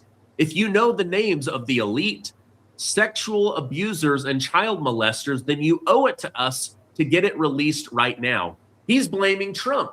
He's blaming the DOJ and the FBI. But if you have those and you are protected from free speech by being a member of Congress, then you should make those names available right now. The New York Post absolutely destroyed Massie's fake crusade, calling him out for using others' pain and righteous outrage as a blunt, poorly wielded political weapon. His entire Epstein obsession was a con designed to boost his re-election chances. Why not release those names to help you get re-elected? My guess, Massie is a liar who never had a real bombshell. Now, you guys know I've been covering this. If there are names on the Epstein list, I want them released. In the meantime, I let you know about the real child molesters and traffickers that the FBI are arresting every single month. So I hope that he'll release it if it's true. But right now I'm going, I don't think that this is true, or else you would do it right now or before your reelection. President Trump just made the ultimate sacrifice this weekend, skipping his own son, Don Jr.'s wedding, because, as he said, he's doing something more important for America. This is what he said. While I very much wanted to be with my son, Don Jr., and the newest member of the Trump family, his soon-to-be wife, Bettina, circumstances pertaining to the government and my love of the United States of America do not allow me to do so. What's the reason? Trump is in the final stages of negotiating a peace deal with Iran that could end a 3-month war and reopen the critical Strait of Hormuz, which carries 1/5 of the world's oil and natural gas, helium, and fertilizer. On Saturday, President Trump announced that a peace agreement had been largely negotiated between the United States, Iran, Saudi Arabia, UAE, Qatar, Pakistan, Turkey, Egypt, Jordan, and Bahrain. But Iran immediately pushed back, saying Trump was speaking out of turn and that they're nowhere close to a final deal. Iran's FAR news agency dismissed Trump's announcement as incomplete and inconsistent with reality, insisting the Strait of Hormuz would remain under Iranian control and that key issues, including uranium enrichment and nuclear weapons, remain unresolved. Trump's vision is bigger than just ending the war. He wants all Abraham Accord nations on board, and he's even offering Iran a stunning deal. Ditch the nukes and the missiles and join the Abraham Accord and get filthy rich selling the world oil. Trump posted on Truth Social that countries refusing to sign the Abraham Accord should not be part of the broader Iran agreement, but Iran could be welcomed into the accord if they wish to make peace with the world. On Sunday, Trump pumped the brakes, saying he's in no rush, and the U.S. blockade will remain fully intact until a deal is finalized, certified, and signed. He told negotiators to take their time and not to cave to pressure. The framework calls for 3 phases: end the war, reopen Hormuz, and a 30-day negotiation period for a broader nuclear and missile agreement. This is Trump putting America first. He missed his son's wedding because he wants to do right by the American people. Listen to what was shared on Fox News about this. Gulf and throughout the Middle East are holding out hope that that deal that President Trump has talked about being nearly negotiated can get across the line. We also know that, according to one source, a delegation from Iran has headed to Qatar to continue those diplomatic efforts. But at the same time, U.S. Secretary of State Marco Rubio says they aren't in a rush and they're not going to make a bad deal. Still a work in progress. As I said, we thought we might have some news last night. Maybe today. I wouldn't read too much into it. It takes a little while to hear back. So we have what I think is a pretty solid thing on the table in terms of their ability to open up the straits, get the straits open, enter into a very real, significant, time-limited negotiation on the nuclear matters, and hopefully we can pull it off. Rubio, who's in India right now, was also asked what's holding up getting a deal across the line. He says there's things that they need to hear back on, and the Iranian system takes a little time. But he insisted they're going to have a good agreement, and they'll get a deal across the line one way or another. So here's where things stand at the moment. The framework is said to be 90 to 95% complete. Iran would reportedly give up its stockpiles of enriched uranium, stop enriching it, and help reopen the strait, and agree to broader regional ceasefire. In exchange, Iran would get sanction relief, a gradual easing of the U.S. blockade, and broader economic normalization. Iran's president, Masoud Pezeshkian, says any negotiations will not compromise the country's dignity. All right, so we are getting close. Oil prices have already dropped between 5 and 10% just on this news. Far-left Congresswoman Alexandria Ocasio-Cortez is gearing up for a 2028 presidential run, hitting the campaign trail nationwide while claiming her ambitions are way bigger than being president.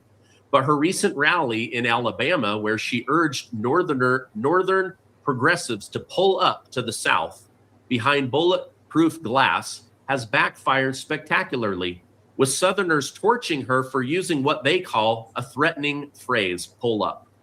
AOC has been on a national tour rallying voters and making endorsements, including speaking at the historic Ebenezer Baptist Church in Atlanta with Senator Raphael Warnock, a privilege rarely granted to visiting politicians. She's also campaigning in Montana for a congressional candidate and positioning herself to be the standard bearer for the Democrat Party in 2028.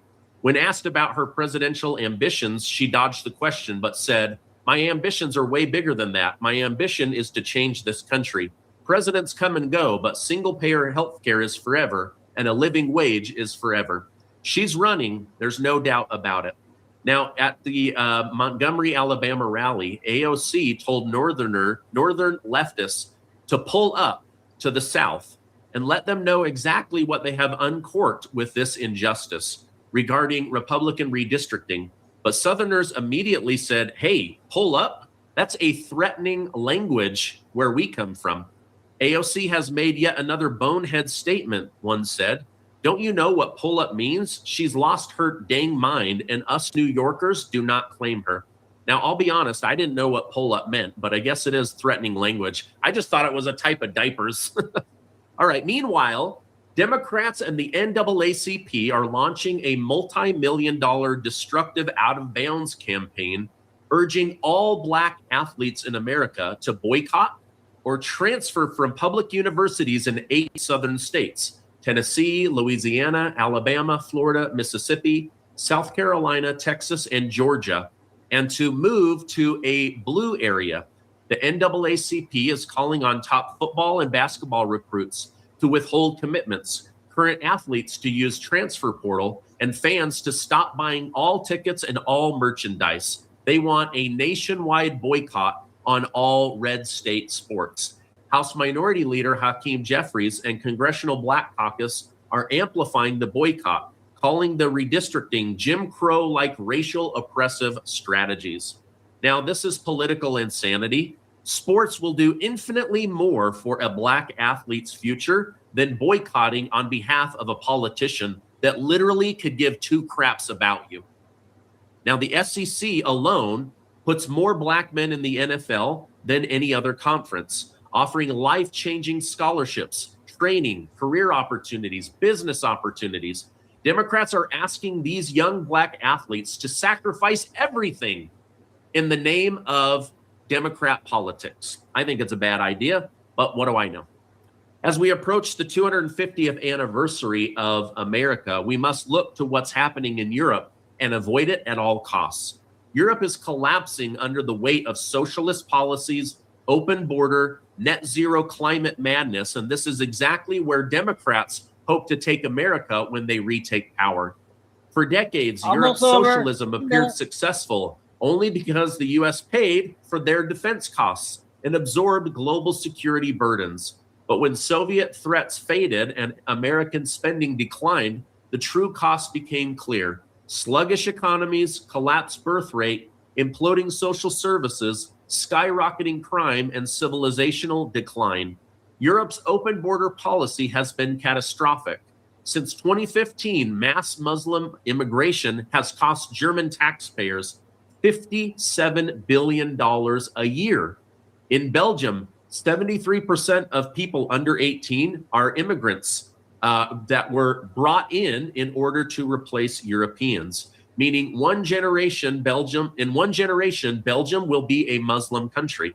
Democrat crime data reveals that Somalis are at the top of the list for rape, fraud, and assault, while Palestinians lead the charge in burglary and theft. Their data, not mine. Britain's socialized National Health Service kills patients, debates ending care for elderly, has endless wait times, and now features poorly trained foreign doctors from Muslim-majority countries, creating hygiene and treatment disaster. Canada's system has made euthanasia a preferred option for dealing with your health problems. Democrats want all of this for America. Socialized medicine, open borders, soft on crime policies, net zero carbon insanity. Europe is retreating into a cold, dark, pre-modern time. And if Democrats get their way, that's exactly what they want for America. Why? Because when you're poor, they can control you. When you're afraid of global warming, they can control you. When they can replace you and your wages with an immigrant from a third world country, they can control you. All right, happy Memorial Day. I hope you found value in this video. Okay, that was another important one. I got a couple more Trish videos, but I'm going to play it. I can't remember if I played Robert, you guys. Did we play that?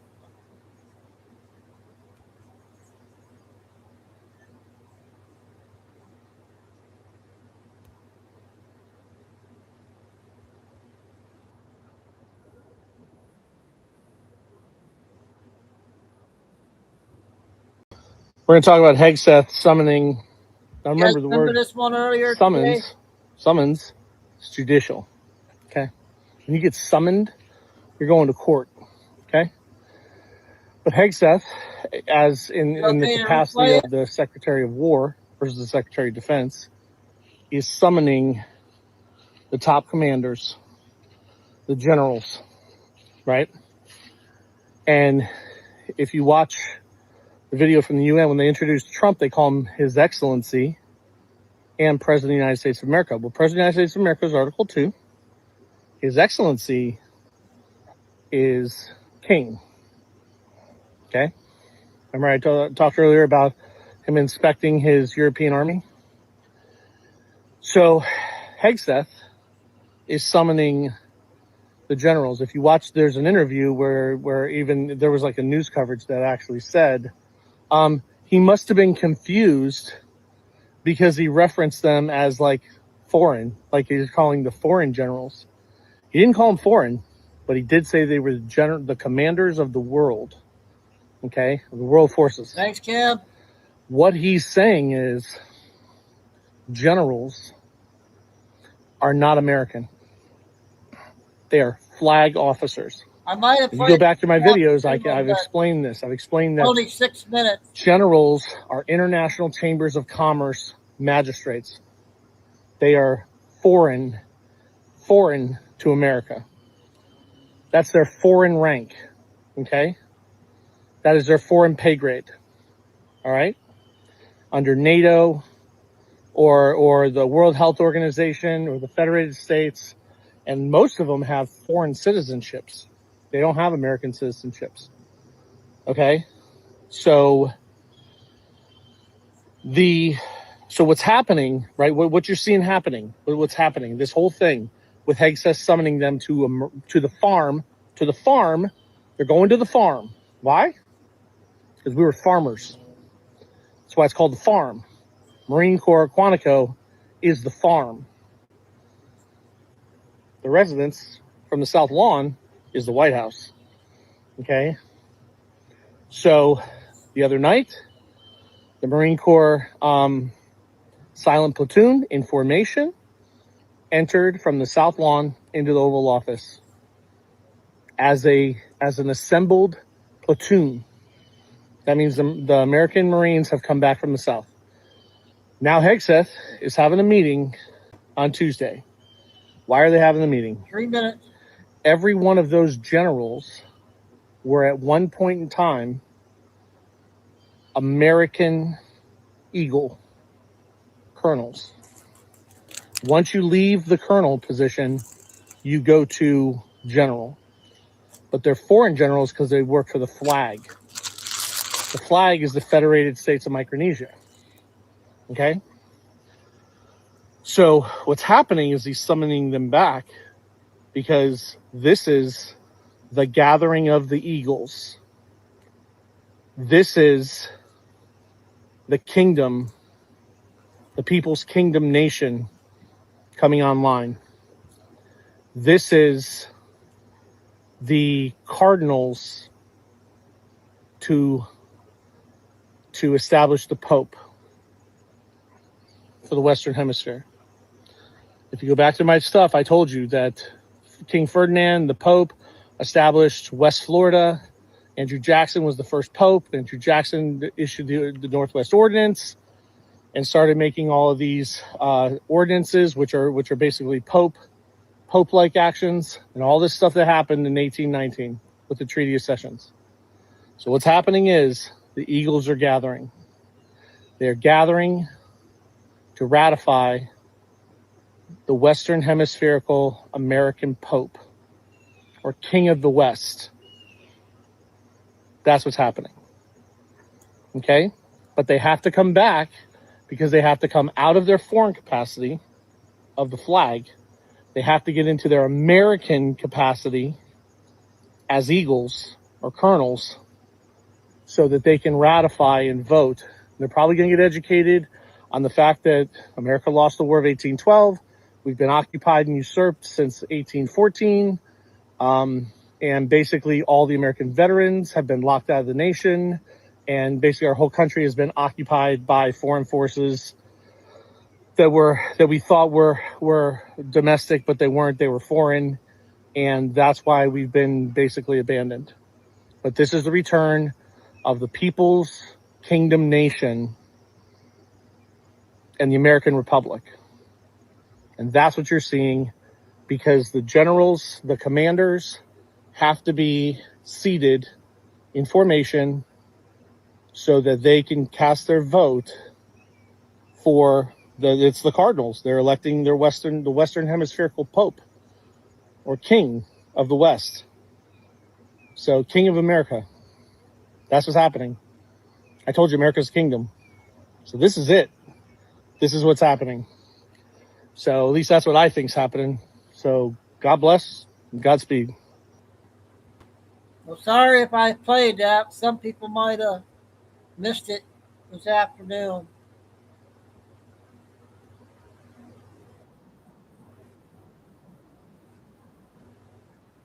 Here's another one I wasn't sure. You on whether or not Israel would do something to the United States, would perpetrate a false flag or do anything to harm the United States because they're our greatest ally.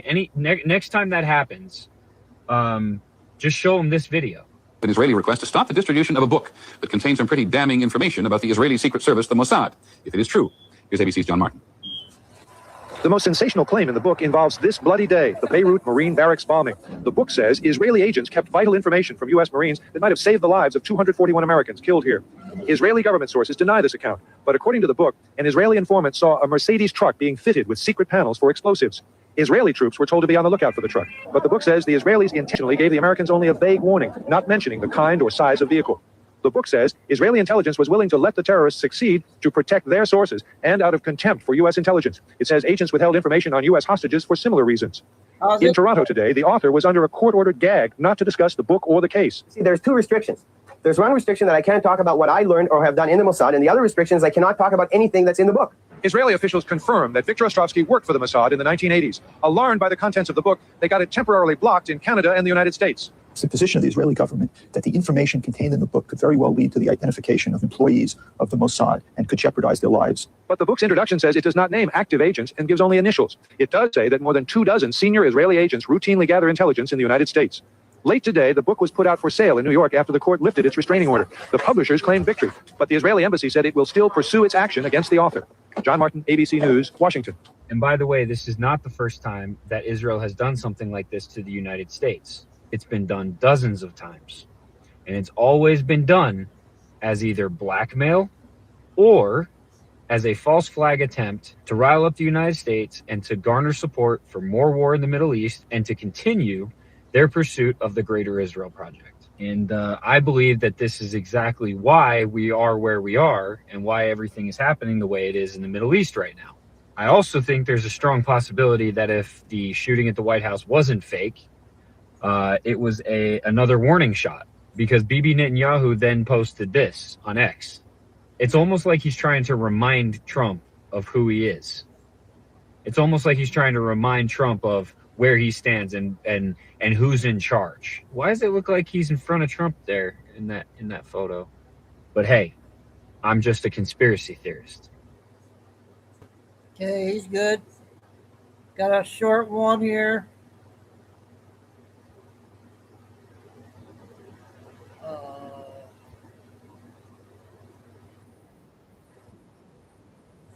Got two with her.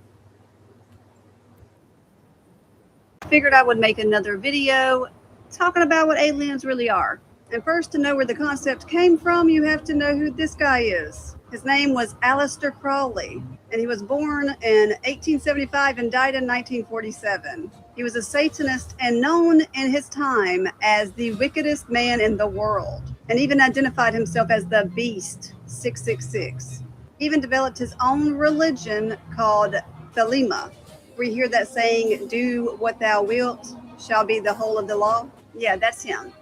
Now, the modern connection between UFOs and the occult began in 1917 to 1918. And this is when Aleister Crowley performed a ritual called Amanlantra working in a New York City apartment. And this ritual supposedly opened a portal for extra-dimensional entities to visit our world. And well, when he drew the picture of what he's seen, it looked eerily close to a gray alien. And in the occult circle, they call it Lamb. And this is what the little booger looked like. Clearly looking like a modern day, what we would call alien, but it was a demonic entity. And later on, the occult circles and the elite would eventually use this as their biggest plan ever. This is the whole reason why they need people to believe in space. And also to make people think that you are just a little speck in a universe full of other creatures like this. So you're not as special. Because we know that Satan likes to kill, steal, and destroy.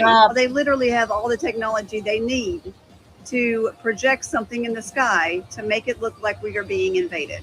And soon they will have to use it to explain away why so many people disappeared. So many Christians disappeared. Y'all, this world is so demonic and so deceitful, even when it comes to just your cell phone or computers. It is literally fallen angel technology. You know that place over there in Switzerland called CERN, where they like to find dark matter? Did you know the World Wide Web was invented in 1989 at CERN? Did you know that www equals 666? It really is time for people to wake up and realize all the deception there is out there. And as soon as you find out how evil and deceptive this world is, you realize you need a savior. Jesus Christ is the only one that will save you, especially from what is to come very soon. If you do not have a relationship with Jesus, you need to get one now. The Bible says that if you confess with your mouth that Jesus is Lord and believe in your heart that he rose from the grave for the remission of your sins, you will be saved. Don't wait until it's too late.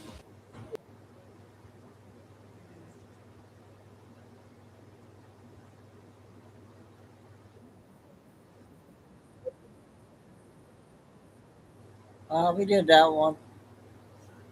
And we'll go on to this one, I think. Here's another fraud.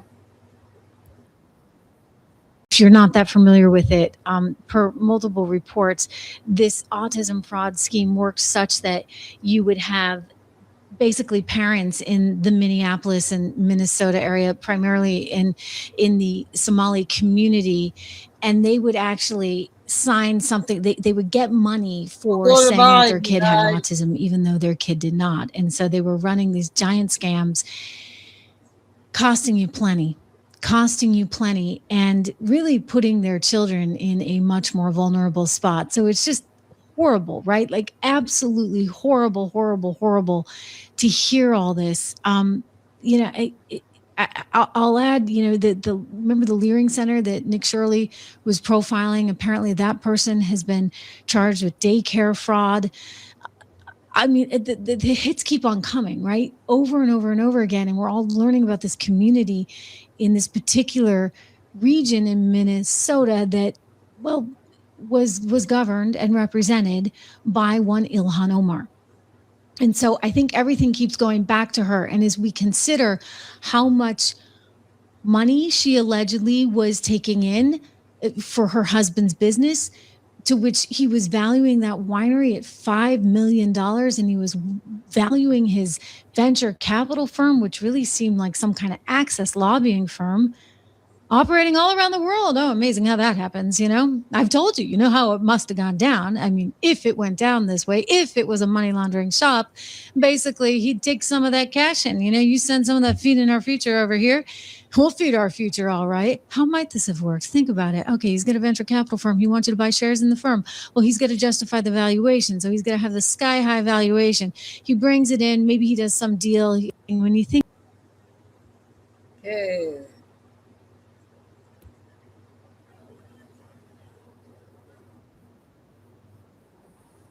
Let me know on this one, you guys. I'm not sure. I just came out. The Capitol, they, you know, done seen, you know, spinning wheels from a 7 chariot. minutes. Let me know. You know, they know what's going on. You know, that's why they putting out the movie Disclosure. Disclosure is going to be a documentary. More likely, it's a movie, but take it as a documentary and decode it. Everything going forward now, don't be entertained by nothing. Politics, sports, nothing. Understand that everything is a game within a game. You think probably gonna replay this? But like I said, you know, there was two different kind of spirits and two different kind of entities that came to this planet. One had the decision to make humanity suffer bondage. You know, keep them working. You know, gold miners and slavery. And the other spirits wanted to see us evolve. Bring out the God within and have a place of paradise on earth. So there's a choice you have to make. And that's the free will that you have to make the choice of either one. But you got to understand that your choice for paradise ends their game. The government, no matter how much they talk about health care and all this other stuff that they talk about doing for the people, global warming and how they trying to help society, trust me, a perfect earth destroys their matrix, their money system fall. So they need people to go to jail. They need you sick in hospitals. They need you miseducated so you can be educated to be a worker. What do you think, Lucy? They need you dumbed down to one religion so you won't believe that God is within you and you are every book walking. So this is how it goes. When you make the decision to make the right choice for what's right for your sole purpose, understand at that moment there, you have decided to be a warrior and stand for what's right. Now the movie Disclosure that they're coming out with is going to revolve everything. They have to reveal this information to the public because it's a universal law. So what they try to do is they try to play both sides. Remember, this is a good cop, bad cop attitude and method that they've been using. They be the God and there be your devil at the same time. But understand, he's only one. He's evil. So, know that everybody's being watched. Everybody. Now, Trump just had this situation that happened at the White House in the ballroom, which there was supposed to be some type of perpetrator coming into the White House, letting off shots. Now, I want you to go back. The guy that was talking to Trump, his name is Oz something, but he's a mentalist. He's a magician. So what they're doing, they're coming out with all their magic tricks. Now you see me, now you don't. Ain't none of it real. It's all fake. Matter of fact, his name with having odds in it lets you know on the evolutionary process that we're all Dorothy trying to find our way back home. And all of these things that Dorothy was lacking, that she found courage. She knew what to do when she got her brain illuminated and her heart chakra going. And then you get to see behind the curtain, there's just somebody pulling a string on humanity. This person is not even powerful at all.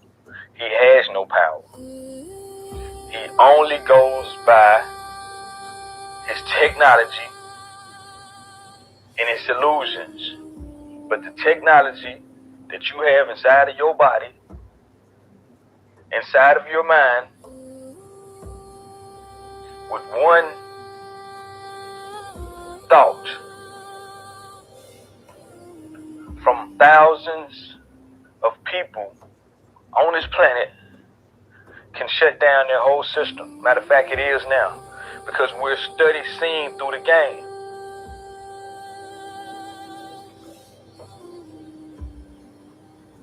This is the ending of their game. I hope. And the beginning of ours. Ashe. Yeah, I just found that guy. He's good.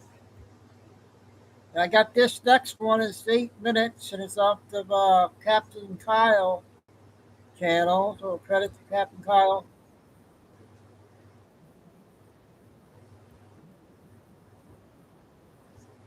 Did you get a ticket while you were en route to the hospital? Yes, sir. Yeah. That's why you were driving at a high rate of speed and driving through stop signs? Yes, sir. To get to your sister who was involved in an accident? That's correct. What's the condition of your sister? She's okay now. She's okay? Yes.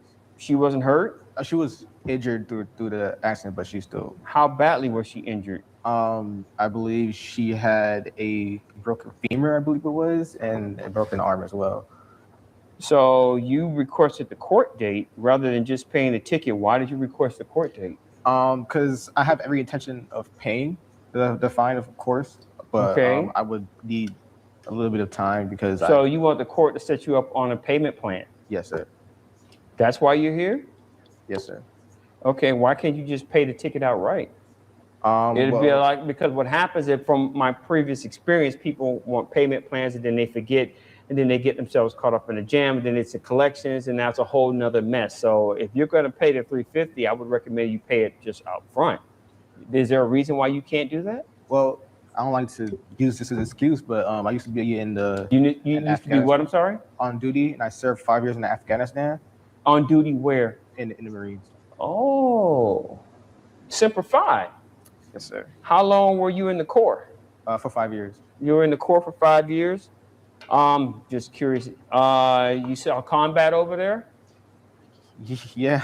Okay. Yeah. I'm sorry about that. How long have you been stateside? For about a year now. For about a year. Let me ask you, how's the job situation going? Not great, especially since I've been diagnosed with PTSD, unfortunately. So any like over stimulus will sometimes set me off in a negative way. So it's been kind of hard to have a job. Since you've been stateside, have you had a job? I've had jobs here and there. Doing what? I've done car washing, a little bit odd things I could do. Where do you live? Luckily, my friend of mine let me stay at this place for a while. You're sleeping on a friend's couch. Is that what you're trying to say? Yes, sir. For all intents and purposes, you're homeless. Do you have a job right now? No, but I'll get one to pay. When was the last time you had a job? 3 months ago, the car washing. 3 months ago.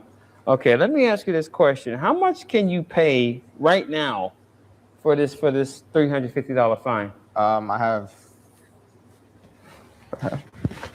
Are you reaching inside your wallet? I have $30. Maybe I can pay right now. Do you have a bank account? No, sir. So you have no checking account, no savings account. The only money that you have on you, the only money that you have as far as your net worth is the $30 that's inside your wallet. That's what you're trying to tell me? Yeah, so if I do like 10 payments of $30, I could definitely do that, I'm sure. I could start today if you need me to. But you haven't had a job in a while and you're homeless. I'll figure it out somehow. You know what I can never understand? It's weird to me that we live in a country where people volunteer to join our military, but then when they get out, they're homeless, they can't find employment. You would think that a person who decides that, you know what, I want to serve my country would have the opportunity to find employment when they get out. You would think they would have the opportunity to find housing, but that's not the case. I think the number is somewhere between 10 and 15%, maybe even higher, of the people that we have on our streets are homeless veterans. Did you know that? Yes, I did, sir. And you said that you served in combat. Sir. So 3 minutes. I'm assuming you've seen some things that you wish you hadn't seen. Yes, sir. See, I'm still a police officer here in Mango Park, and I've seen some things, urban combat, for lack of a better word, but I don't think it pales in comparison to what you've gone through. And now here you are in a situation where you said your sister didn't have insurance, or did I not hear that? I don't think we talked about it, but no, she didn't have insurance. No. Now we have another situation where you have to come and pay this incredibly high bill. So, and that's put on the back of a veteran who can't find a job and is homeless. And I understand there are veterans out there who have jobs and they can say whatever, but I'm sorry, I just feel that's a terrible disservice. You decided that you would take that chance, and you didn't come home in a box with a flag on it, but you did come home to a situation where you can't find a job and you can't find a home. As a nation, we should be embarrassed about that. We really should. We should really be embarrassed. So this is what I'm going to do for you. You're going to pay the fine, okay? I'm not letting you off the hook. You're going to pay the fine. Absolutely. But I'm going to give you a break. I'm going to give you a deduction on the fine amount. So how about we pay $10 to the courts, and if need be, the other $20 if you want, you can go next door and get yourself something to eat. I'm confused. What does that mean? Where's the confusion? You're paying the fine, are you not? You're paying the price of what you just did. You're paying the cost. You already paid a price. You went overseas, you fought, you got PTSD. You already paid the price. Your action is inexcusable. You shouldn't do that. Don't ever do this again. But I understand you're trying to rescue your sister who is in a medical situation. It could have been life or death. You didn't know that. You paid a price a long time ago. You paid a price when you decided you wanted to sign on the line and you're here. Because guess what? If you would have died overseas, who would have been there for your sister? Is your mom still living? Who would be there to take care of your mom? You understand where I'm coming from? Thank you. Thank you very much, sir. Court's adjourned. Will it be all right if I approach the bench? I'd like to thank you properly, if that's okay. Yeah, okay. Yeah, you want to approach the bench? Sure. You can come up. Yes, sir. Thank you, sir.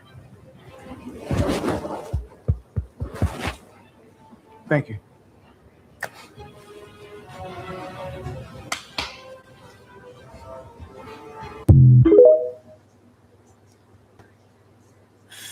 That was a powerful one there, huh? That was off of Captain Kyle's channel. So credit to him for finding it.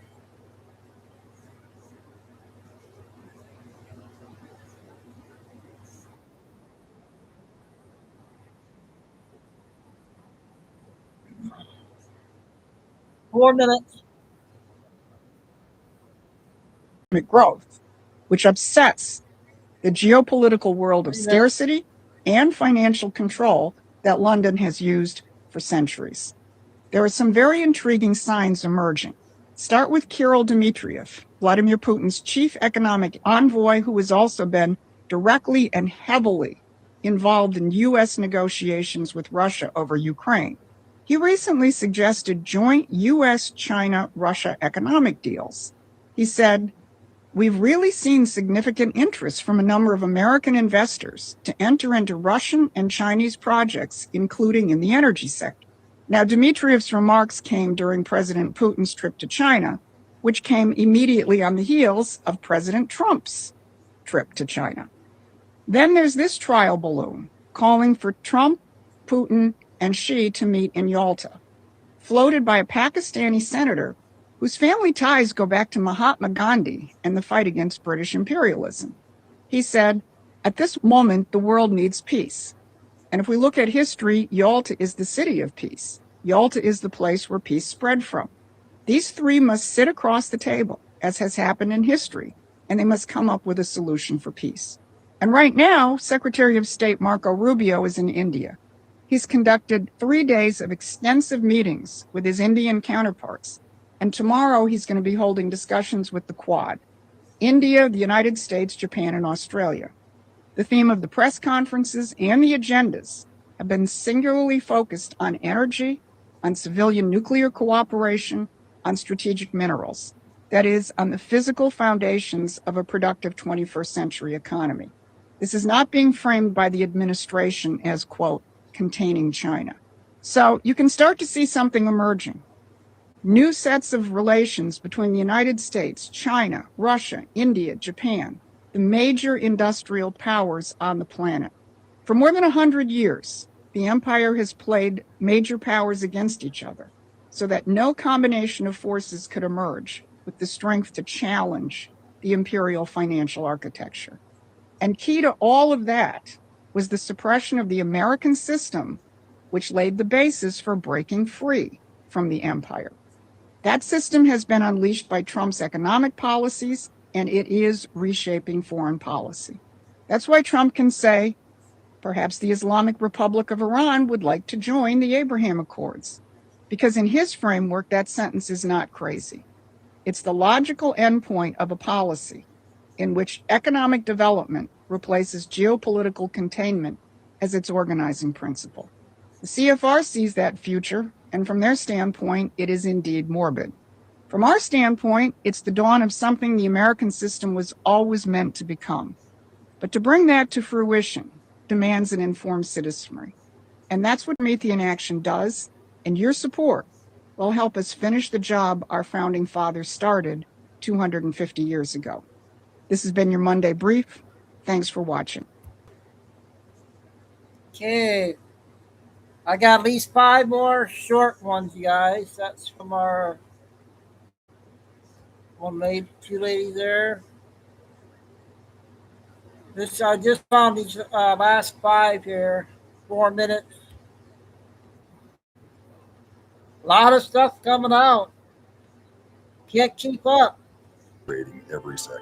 And that world feels just as real as gravity. God gave us 3 terrifying powers. The ability to observe. Can't play that one. It's too low.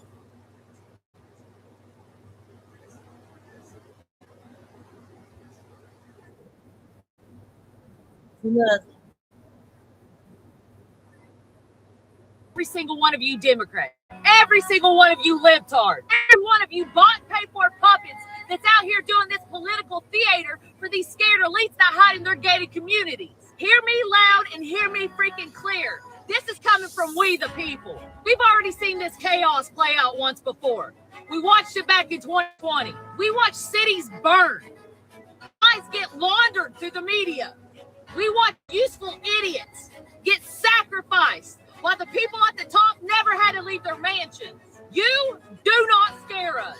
We know your tactics. We know the selective footage. We know the narrative before the facts. We know the outrage cycle, the chaos, and the cleanup that you never take responsibility for. And let me be so freaking crystal clear. This is not a threat. This is a promise of resolve. We are not flinching. We are not going to bat an eye. And we sure as hell ain't going to move not 1 inch. We, the American people, are standing lawfully, firmly, and unapologetically for our families, for our communities, and for our freaking country. You want to scream? Then go scream into the void. You want a posture? That's cute.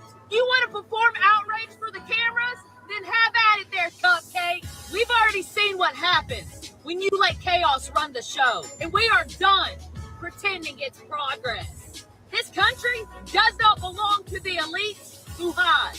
It does not belong to the politicians who don't even know the Constitution that they swore to uphold. And it sure as hell doesn't belong to the mobs that they push forward as disposable tools. This ain't 2020 anymore, their sweet cheeks. The American people are awake, and we recognize the playbook. And this time, we are standing our ground. Another good one from her.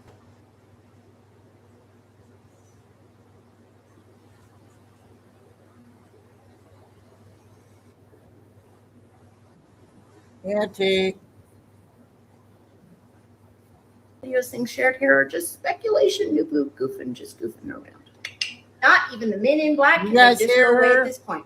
Oh, I just love social media. Yes. Because mainstream media, bye girl, bye. And whoever came up with that BS cockamamie ridiculous story that hundreds and hundreds of Miami police officers were dispatched to the Miami Mall because of a fight between kids with sticks. You'll file. That's an old one, you guys. Sorry. All right, let's see here. What we got? That's good. I just found something here. This just came out a half hour ago, 6 minutes. To what I believe is the truth here.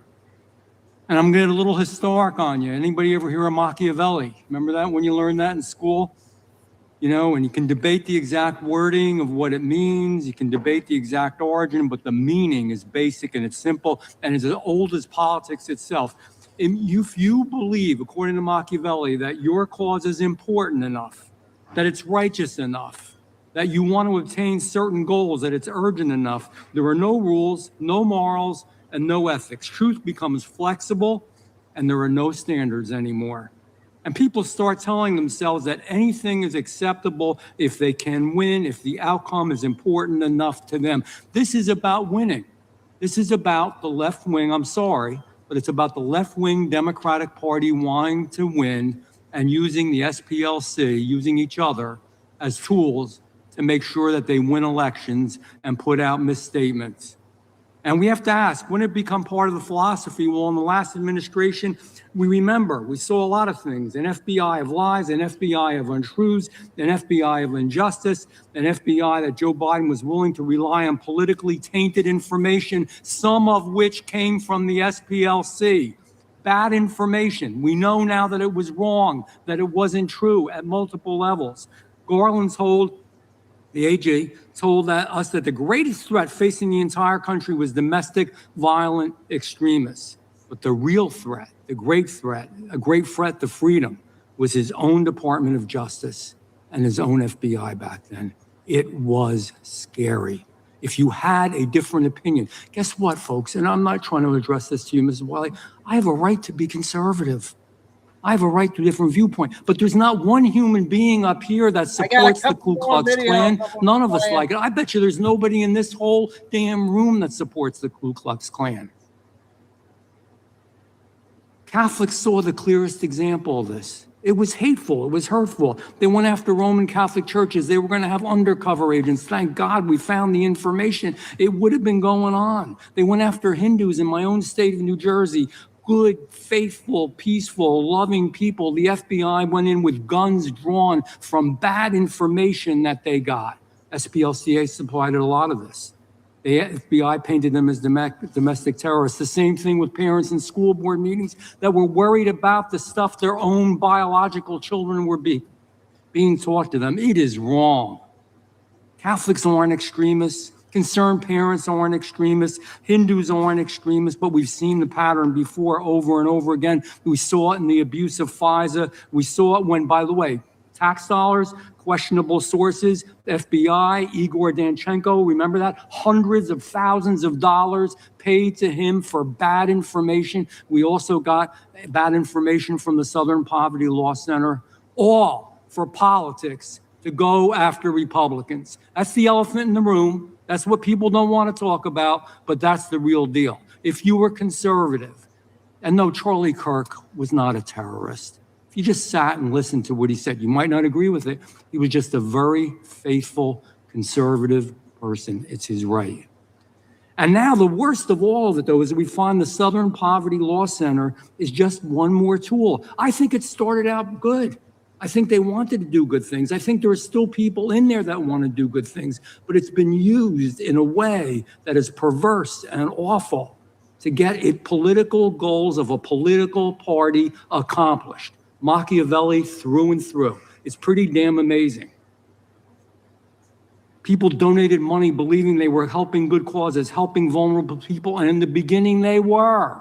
Nobody wants racism. Nobody up here in this room wants racism. Nobody wants to hurt anybody. Nobody wants to hate anybody.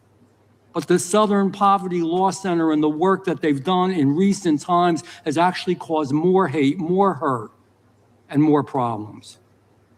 They gave money to the KKK. I don't give a how you approach it, what you say about it, it's a bad thing.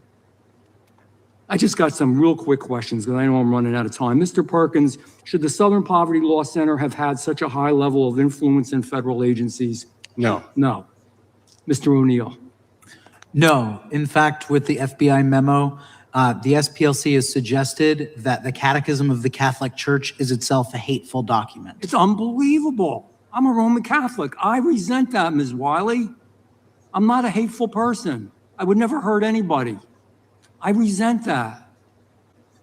And so do a lot of Catholics, and so do a lot of people of faith. They have a right to... Mr. Chairman, if we're going to run over time, can we talk about the president's attack on the Pope? How does an organization... Is that part of your presentation? Last question, then I'm done. How does an organization maintain credibility... Gentleman from New Jersey controls the time.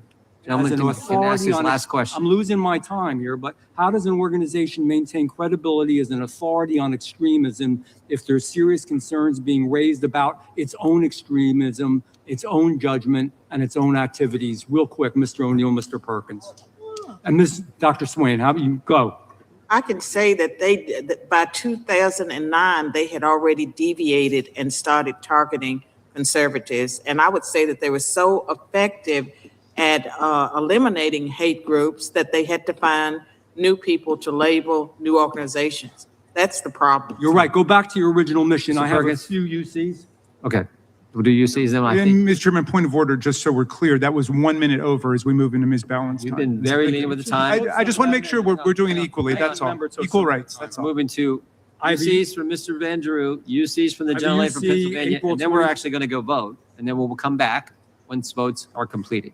Gentleman from New Jersey, UC. I have a UC from Moms for Liberty, and it is entitled "The Justice Department Announced Indictment Against Southern Poverty Law Center." A UC from Tyler O'Neill on 2026. Democrats beclown themselves by defending SPLC. Objection. Another one from Mr. O'Neill. However bad you think Biden's DOJ was, new documents show it was even worse. Thank you, Chairman. Gentlemen.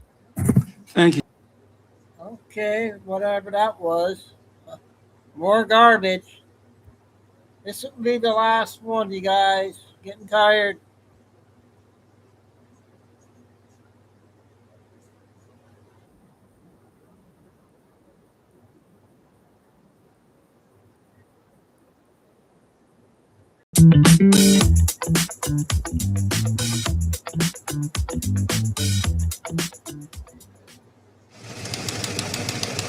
Five minutes.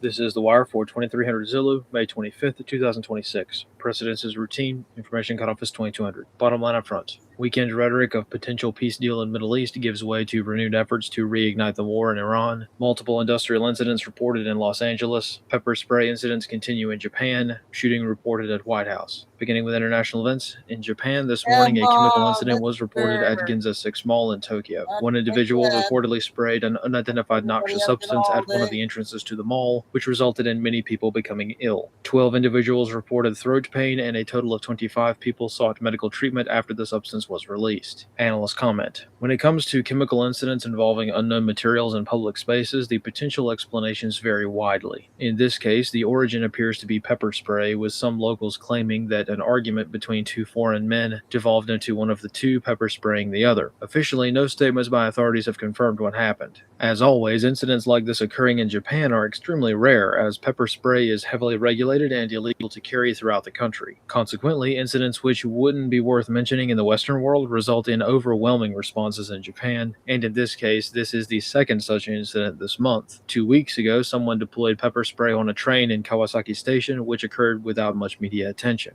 On the home front, in California, multiple major industrial incidents have taken place in Los Angeles over the past few days. Several days ago, a chemical incident was reported at the GKN Aerospace facility in Garden Grove. The incident involved a cooling system failing inside a large tank holding about 7,000 gallons of methyl methacrylate, a toxic industrial compound used in the manufacture of epoxies and resins. This is a highly unstable compound if not handled appropriately, which can result in chemical reactions taking place inside the tank if certain conditions are met. Over the weekend, these conditions resulted in the evacuation of roughly 50,000 people, with local authorities being concerned that the tank might explode. As of this morning, a crack had formed in the tank, relieving the pressure and reducing the risk of an explosion. Separately, a large fire was reported in Southgate as an automotive facility burned Sunday afternoon. A shelter-in-place order was issued for the local area due to the smoke and the close proximity of the fire to residential communities. Localized power outages were also reported in the neighborhood, but power was restored after the fire was knocked down throughout the evening. In East Los Angeles, a spill of crude oil was reported after a telecoms crew installing fiber optic lines accidentally hit a petroleum pipeline, causing a rupture. This pipeline break resulted in a few thousand gallons of crude entering the storm drains in the vicinity of the intersection of Cesar Chavez and Eastern Avenue. In Washington, D.C., over the weekend, a small arms engagement was reported at the White House after a man approached the perimeter fence with a handgun. Authorities state that one individual approached a Secret Service checkpoint and drew a firearm from a bag before engaging the agents at the checkpoint at the corner of 17th Street and Pennsylvania Avenue. Secret Service personnel engaged the shooter, ending the incident. One bystander was wounded during the incident. Analysts comment, the suspect has been identified as Nasir Best, who had a long history of presenting security threats to the White House. Best had previously attempted to breach the compound in the past and had also made verbal threats towards Secret Service personnel. In June of last year, Best was arrested after blocking a traffic lane entering the White House compound and subsequently committed to a mental institution.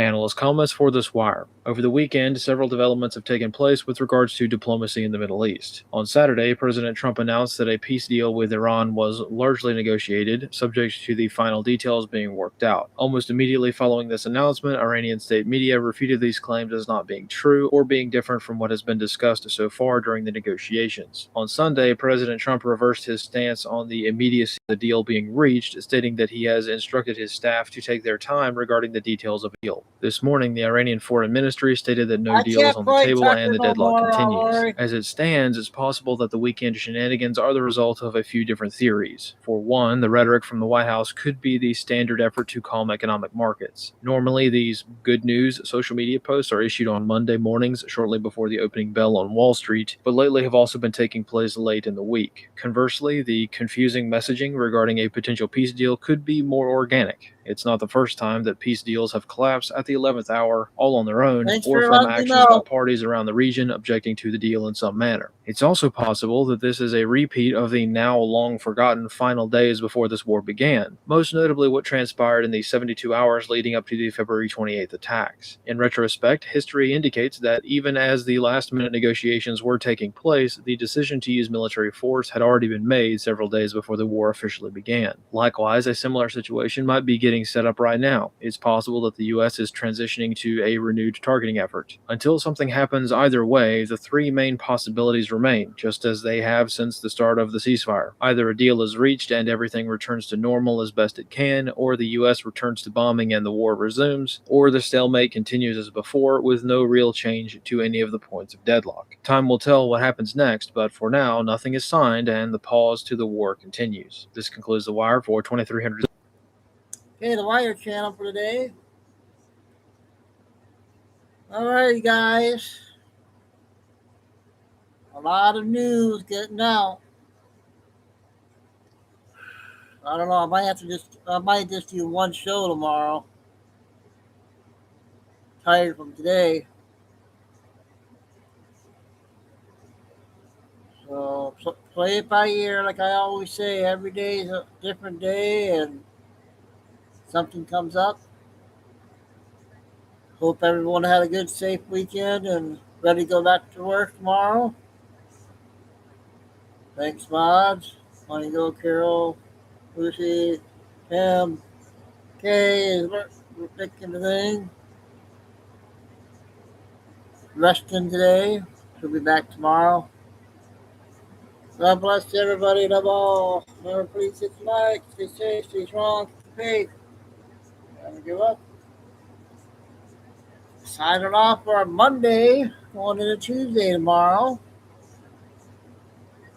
Chico dude. See you all guys tomorrow.